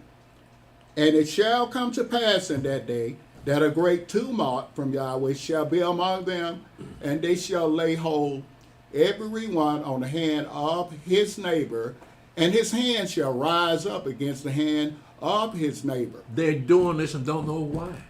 Right. Because this is supposed to be, all the focus is supposed to be on Jerusalem. And now they're fighting amongst each other. Well, that's not like something new. Because Yahweh have done that before. Our people fight against each other when they try to come up against our people. Yahweh had them fight against each other. So that's another thing we can look at as far as the high-tech weaponry is concerned. They may turn it on themselves. Go ahead, Brother Stanley. Zechariah chapter 14, verse 14. And Yehudah also shall fight at Jerusalem, and the wealth of all the heathen round about shall be gathered together, gold and silver and apparel in great abundance. And so shall be the plague of the horse, of the mule, of the camel, and of the ass, and of all the beasts that shall be in these tents as this plague. And it shall come to pass that everyone that is left of all nations which came against Jerusalem shall even go up from year to year to worship the King Yahweh of hosts, and to keep the feast of tabernacles. And it shall be that whoso will not come up of all the families of the earth unto Jerusalem to worship the King Yahweh of hosts, even upon them shall be no rain. And if the family of Egypt go not up and come not that have no rain, that shall be the plague wherewith Yahweh will smite the heathen that come not up to keep the feast of tabernacles. This shall be the punishment of Egypt, and the punishment of all nations that come not up to keep the feast of tabernacles. In that day shall there be upon the bells of the horses holiness unto Yahweh, and the pots in Yahweh's house shall be like the bowls before the altar. Yea, every pot in Jerusalem and in Yehudah shall be holiness unto Yahweh of hosts, and all that sacrifice shall come and take of them and seethe therein. And in that day there shall be no more the Canaanite in the house of Yahweh of hosts. So again, we're talking about the future. Here, the temple is already built, and the altar is already built, and the sacrifices are coming back. I'm going to stop right here and open the floor for questions before we dismiss. Yes. Verse 16 and verse 17. It says to worship the King, but then right it says Yahweh of hosts. Is there a separation, or we can? I know is the King is Yahshua, Yahweh. So when it say the King and Yahweh of hosts, so is it saying both of them, or does it say Yahweh as King? So Well, the only one that's going to be worshipped is Yahweh. Okay, right? So you don't have to worry about that. okay, Even if the Mashiach is there, mhm, still come to worship Yahweh. okay. Mm-hmm. He gonna have to do it himself, right? Huh? Mashiach got to do that himself, Yeah. right? Yeah. Yeah. Yeah. Yeah, he got to submit himself to the Father. Mm-hmm. Because I was just looking, I was just looking at it, just worship the King and Yahweh also. Mhm. Okay, I was just Yeah, looking. that's just his Making a title. It's difference. just saying his title. Yeah, well, Yeah. yeah, but Yahweh is also referred to as King in the prophets, Mhm. Yeah, right? mhm, And so the children of Israel still recognize him as King, even though his son is sitting on the throne. mhm, Right. yeah, Well, Yahweh was mad about that first time when they wanted a king. He said, I'm your king, but you can't see me. Yeah. So you want a king that you can see. Yeah, yeah, he'll be representing Yahweh down here on the earth. So he can rule with a rod of iron. yeah. Yeah. Last question. Now, so I saw something this morning, and we were talking about Esau was on there and made a comment, and they asked him, "What you think about the Hebrew Israelites and that?" And he was like, "Well, I don't. They can believe whatever they want to. They're not Mhm. keeping these laws like we keeping them." Who is this? Some Esau. You talking about us? Yeah, he was talking about us, and he was. So I don't know who was interviewing him, but he was saying that, well, they can believe what they want to. They're not keeping the laws like we keeping them. And so I was like, are they keeping those laws in vain if Yahweh gonna get rid of them? Who? Esau? Esau, yeah, Yeah, they're wasting their time. Yeah. yeah, because he made that comment, said they don't think they keeping the holy days and the laws like we keeping them, and not keeping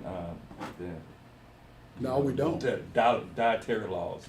He mentioned that. I was like, Yeah, they got kosher kosher pigs. stuff. I was like, well, What they've done is, for instance, keeping the Sabbath day holy, right? mhm, They have other people doing their job on the Sabbath day. So technically they're keeping the law, but they have their service of workers, like for instance at a bank or something, and one of the holy feast days come on the week during the week. Well, they'll take that day off, but they'll either tell us that somebody in there still working that's not of the children of Israel. So technically they're keeping the law, but spiritually they're not. Doesn't that take some, because it says, when it says, thou shalt do any work down on the son of a manservant or that maidservant, so you their servant, so Yeah, they're still considered, or Yeah. they don't believe that. They have to take that day off too.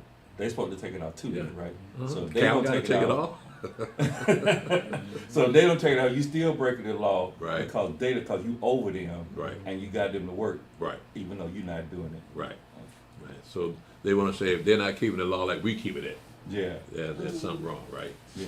So we praise Yahweh, we ain't doing that. Because when the Mashiach sets up that kingdom, everybody gonna take that day off, except for the priests. Yeah. Is that it? Yeah, that's it. Okay. Let's see what's on chat.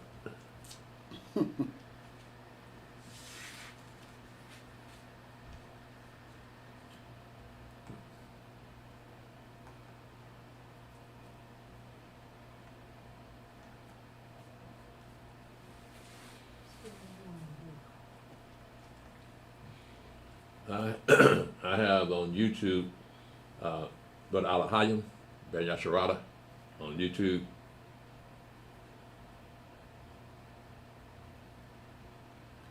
Yep. Okay. Your Facebook, That's all I got. Is somebody before him?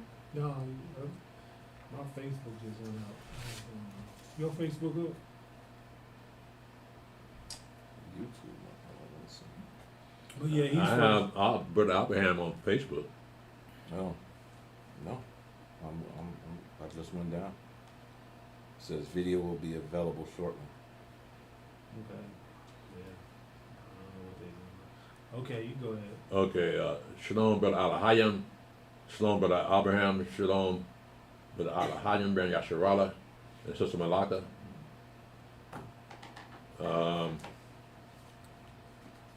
Shalom, Jean Yvonne. Shalom, I love this song, Praise Yah. This song. The intro song.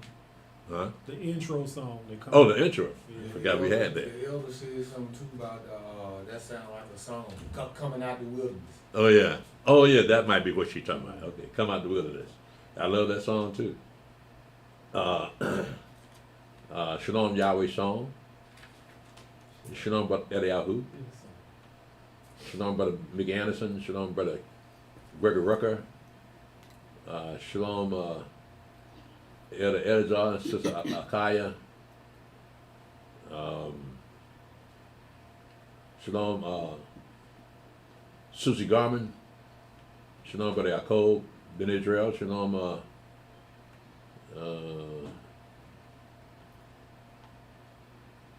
okay. Shalom Sister Susie Garman. Shalom Lonely Red Wolf.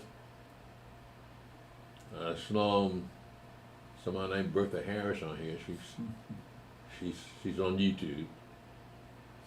Shalom Elder Mick. Shalom Melinda Curry. Shalom Brother Kemuel. Shalom Elder Tobias. Shalom Yashari's Love. Shalom Brother Clarence Martin, Sister Yolita. Shalom Viola Wilson, Sister Viola Wilson. Shalom Elder Hiram. Shalom Brother David. Shalom Julius Brown. Okay, I got you. Shalom Brother Adawan, Ben Yasharala. Shalom Don Lee. It's not because Yah cursed the whole earth and everything within. What's he referring to?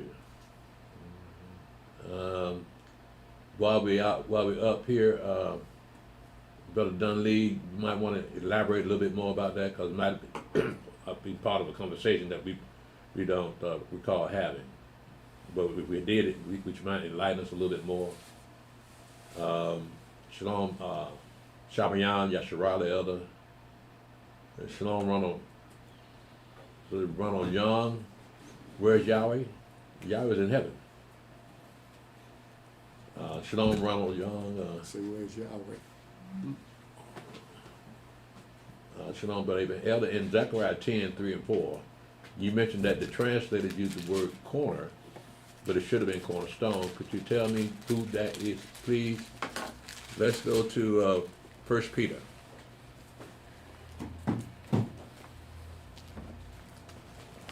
Let's see here.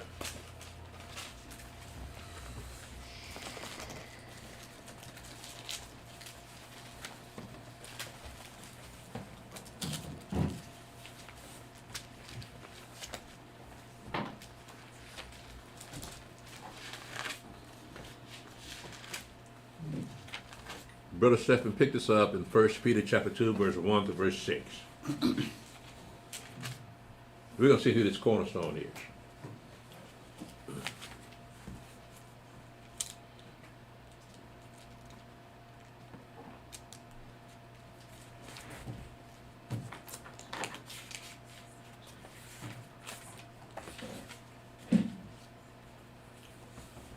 First Peter chapter 2, verse 1.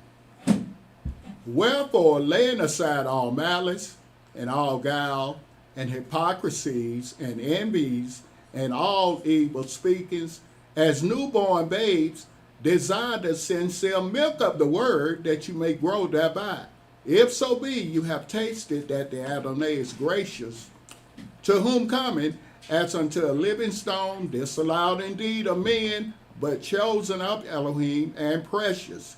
You also, as lively stones, are built up a spiritual house and holy priesthood to offer up spiritual sacrifices acceptable to Elohim by Yahshua the Mashiach. Wherefore also it is contained in the scripture, Behold, I lay in Zion a chief cornerstone, elect, precious, and he that believeth on him shall not be confounded. So where did he get that from? He got that from Isaiah 28. And Isaiah 28 talking about the drunkards of Ephraim. In that particular chapter 28, he says,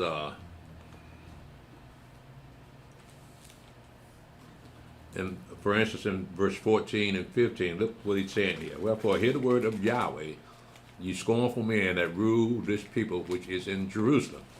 Because you have said, we have made a covenant with death, and with hell are we in agreement.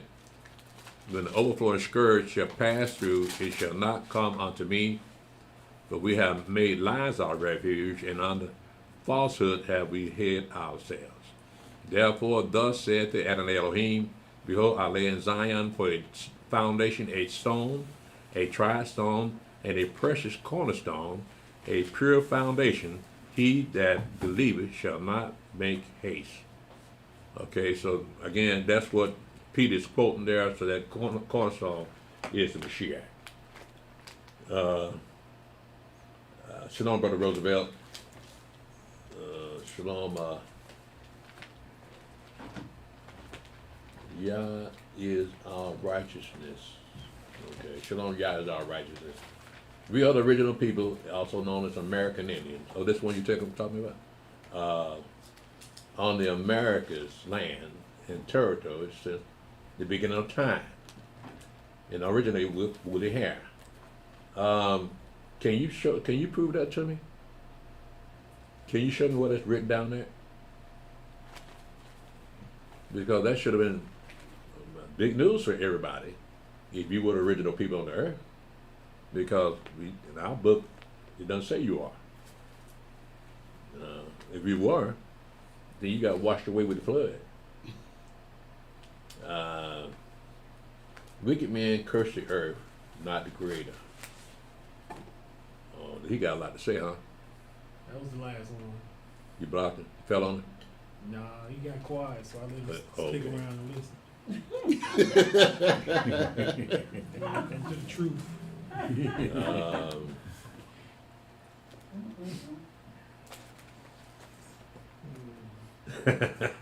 Okay.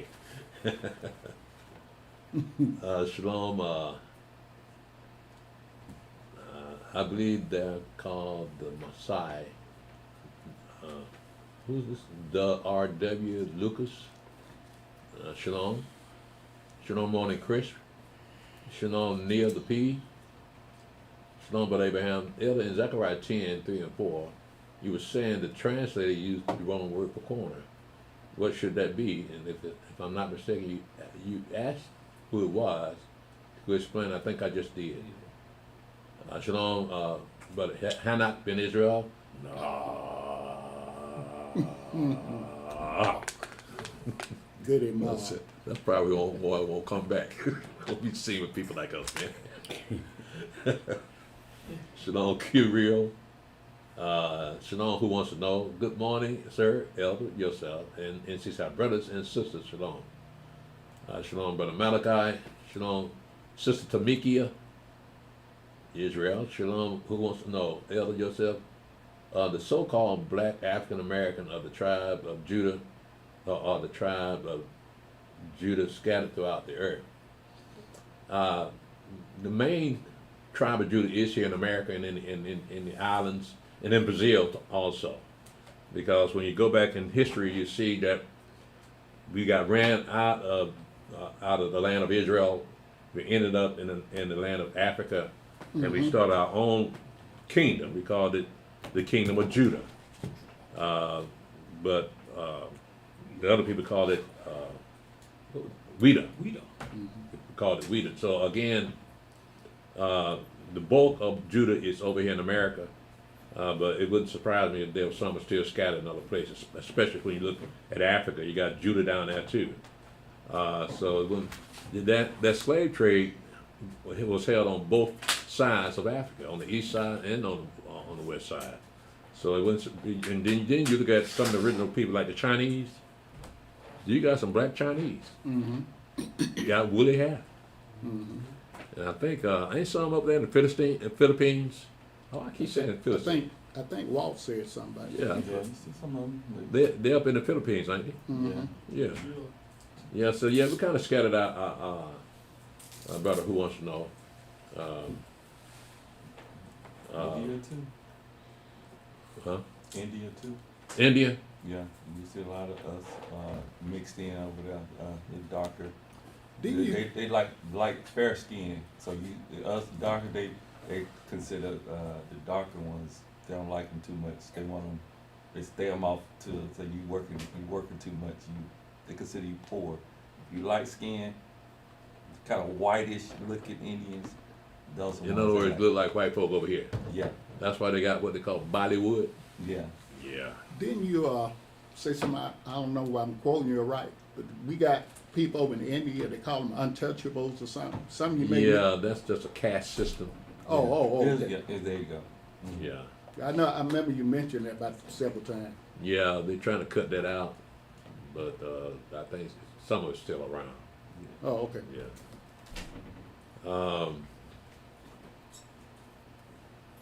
I hope that got it for you, brother. Who wants to know? Shalom, Thomas Miller. Shalom. Bertha Harris again. Shalom, Sister Neriah. Shalom, Brother David. They also found chariot wheels with 3 or 4 spokes. And they found bones down there too. You're right. Mm-hmm. I saw that. Shalom, Elder Azariah. Shalom, Brother Benaiah. Shalom, Brother Yosef.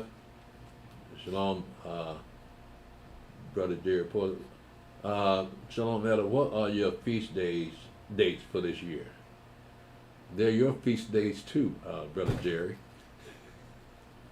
Yeah, like we are another people. Your feast days. On there on our website. Go to our website if you still remember. It'll have a calendar up there. Shalom, Brother Ezra. Shalom, Kimberly Israel. Shalom, Steve Albright, replying to Abraham in Israel. Keep asking questions, brother, with every teacher, Hebrew or Gentiles. Did you follow this guy?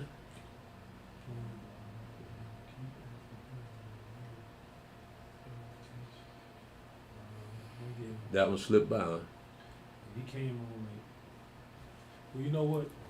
Yeah, because some Facebook has signed off for some reason. It signed off Mhm. on your plan. Oh. I got Okay.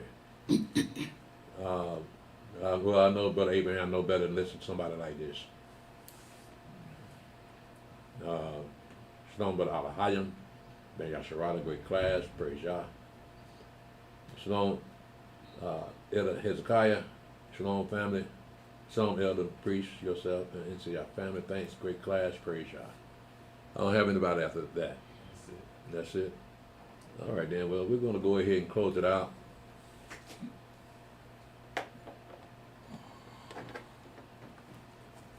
Okay, Facebook, YouTube, we're going to close it out now. And I'm going to invite you out to our history class. It's coming. Excuse me, did you get them questions from yesterday that I sent you? Oh, man, I'm glad you stopped me. Praise y'all. Ooh. Praise y'all. Yeah, let me get those questions. Came in at the right time. All right. The question was sent to me yesterday after service, but I didn't catch them in time, so Deacon Shishan sent them to me. And let me see if I can pull them up.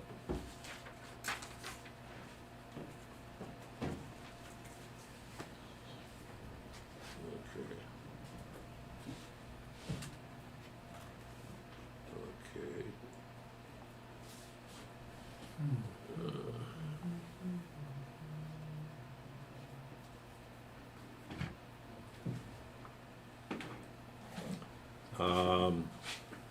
You said just 2 of them? It was just 2. Who wants to know? And Shaul? Yes, sir. Okay. Who wants to know? So is Israel his spirit son? And the Bible don't elaborate on this because I never knew anything about this. And thank you, Elder. Well, everything about Yahweh's spirit. It's not like he's got a spirit son. I mean, yes, angels are spirits, and they're called the sons of God also. But yeah, the son will. Didn't I answer this yesterday? I think you did. Yeah, He- cause, he You did, answer Israel, yeah. Cause he was he the same person that asked the question? same. He's the same person. When you answered it, you was explaining the difference between Israel and Yahshua. And I think that's why he came back and saying, so Israel was the, I think he's trying to say Israel was the spirit that came down on. Yeah, okay. Yahshua. Okay, yeah, that was that spirit that came out down on him on that on the day of his baptism, the Meshach baptism. As I mentioned yesterday, we find out that Israel, the Yahweh's firstborn son, in Exodus chapter 4. So Yahweh declares Israel is the firstborn son. But when you look at the physical Yaakov and Esau, when they were born, Yaakov was born second. He came out the womb second. So he was talking about a real firstborn son here, which is named Israel. And we're named after Yahweh's firstborn son.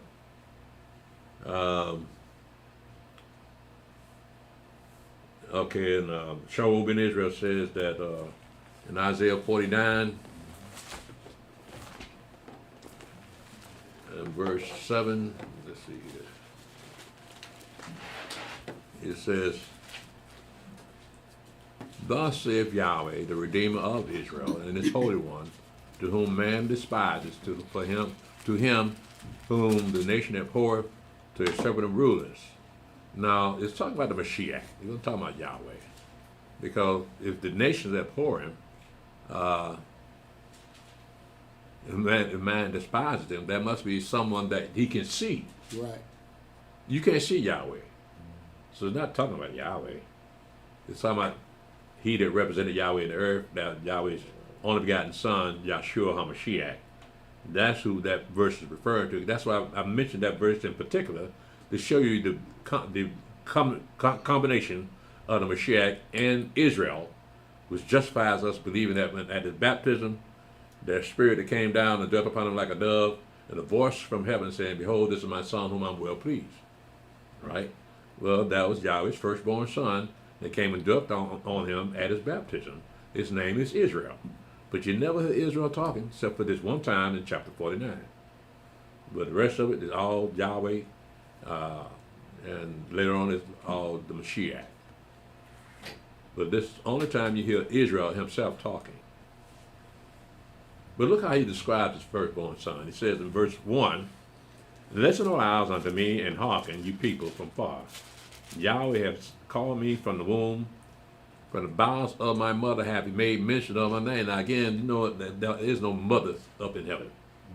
So what he's doing is showing you something symbolic of how we go through life from the mother, being born from a woman, right? Showing you the relationship between the things of heaven and things of the earth. "And he have made my mouth like a sharp sword. In the shadow of his hand have he hid me, and made me a polished shaft. In his quiver hath he hid me." So that's showing you, that's telling you that Israel was in the Meshach, but people didn't see him. Because he was hidden in his flesh and blood, but man body. Because that's when he said at his baptism, "This is my son in whom I'm well pleased." He wasn't talking about the man. He was talking about that spirit that came and dwelt upon that man. Right? So I hope that helped you out, Brother Shaul. I'm just showing you the similarities between, oh yeah, let me finish this up. I didn't finish this up. "And he said unto me, Thou art my servant, O Israel, in whom I will be glorified." So again, this is Israel talking, and we see that that spirit came to dwell upon him at his baptism was Israel. And that's why in verse 7 it says, "Thus saith Yahweh, the Redeemer of Israel and his Holy One, to him whom man despises," that's the Mashiach, "to him whom the nation abhorreth," that's the Mashiach, "to a servant of rulers," that's Mashiach, "kings shall see and arise, and princes also shall worship." Now, that'll be the Mashiach too, coming down as the King of kings on the earth. So he's showing you the opposite of what's going to happen. As opposed to the first time they despised, second time it says, "Kings shall see and arise, princes also shall worship, because of Yahweh that is faithful, and the Holy One of Israel, and he shall choose thee." So now it's talking about that new creation named Yahshua HaMashiach. So that's who they despised the first time out of jealousy. But this time when he comes back, the king's going to rise up and bow themselves down to him. So there's going to be two different advents that's going to happen. So I don't have anything else. But excellent question, Brother Shaul and Brother Mikael. And who wants to know? I'll be glad when you get your Hebrew name, man. I'll try to remember his name. Who wants to know? I say, what's his name? You better know. I always mess it up. I don't remember till he texts me again. Okay, I'm going to go ahead and put it. Who wants to know? Huh? I said you asking for his name. Who wants to know? That's a sentence. It's not a name. It's a question too. That's a response. But it's also a question. It's a question. How can a man's name be a question? He's a mystery. Who else but us, right? He a mystery. I mean, he take the candle. Sound like Elder got cold, right? What? Who wants to know? Yeah. Elder got cold won't tell you nothing. All right, well, that's a good name to have. Who wants to know? I'm going to stop here again. I thank y'all for joining us. Thank you, Facebook. Thank you, YouTube. Join us Let me ask again. you another question, Elder. Do you Got see- another question? Yeah, who wants to know? All right, let me see if all right, let's see here. You got his number? Elder, what does it mean when the Bible says, and the season gave up the dead? I think this was in Revelation. No, I don't think it said season. I know, but he got season on here. But it's some kind of condiment. Well, this is referring to the judgment of the second resurrection. And so you find that in Revelation chapter 20. And I'll read this, Steve. Revelation chapter 20, verse 11 through verse 15. And he says, and I saw a great white throne, and him that sat on it, from whose face the earth and the heaven fled away, and there was found no place for them. And I saw the dead, small and great, stand before Elohim, and the book was opened, and another book was opened, which is the book of life, and the dead were judged out of those things which were written. All those things were written in the books according to that word. And the sea gave up the dead which were in it, and death and hell delivered up the dead which were in them, and they were judged, every man according to their works. And death and hell were cast into the lake of fire. This is the second death. And whosoever was not found written in the book of life was cast into the lake of fire.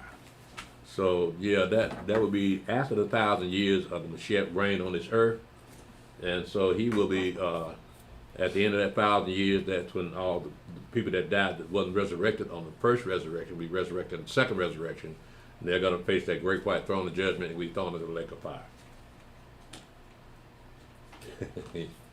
Correct that. Yeah, that was in Revelation chapter 20, verse 11 to verse 15. So you want to check that out. So when it said it gave up the dead that were in the seas, well, people die in oceans all the time. So over the years, that doesn't mean they're not, even though they're disintegrated, that doesn't mean that they don't, Yahweh doesn't know where they are. Because remember, Satan knows where every dead body is, right? But didn't know where Moshe's body was, did he? So Yahweh knows where these bodies are. So we may not see them physically, but Yahweh still knows where they are.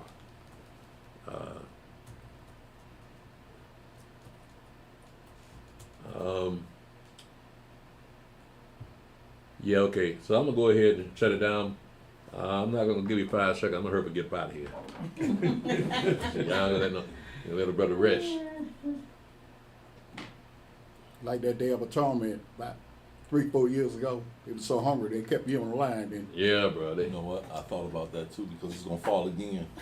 This keep their mind off food. They kept the elder on the line. They say, I know what y'all doing. Thank you, Facebook. Thank you, YouTube. We're going to Yeah, go and thank shut you. it down now. It's gonna happen. Join us again on the third day, which is Tuesday night for our history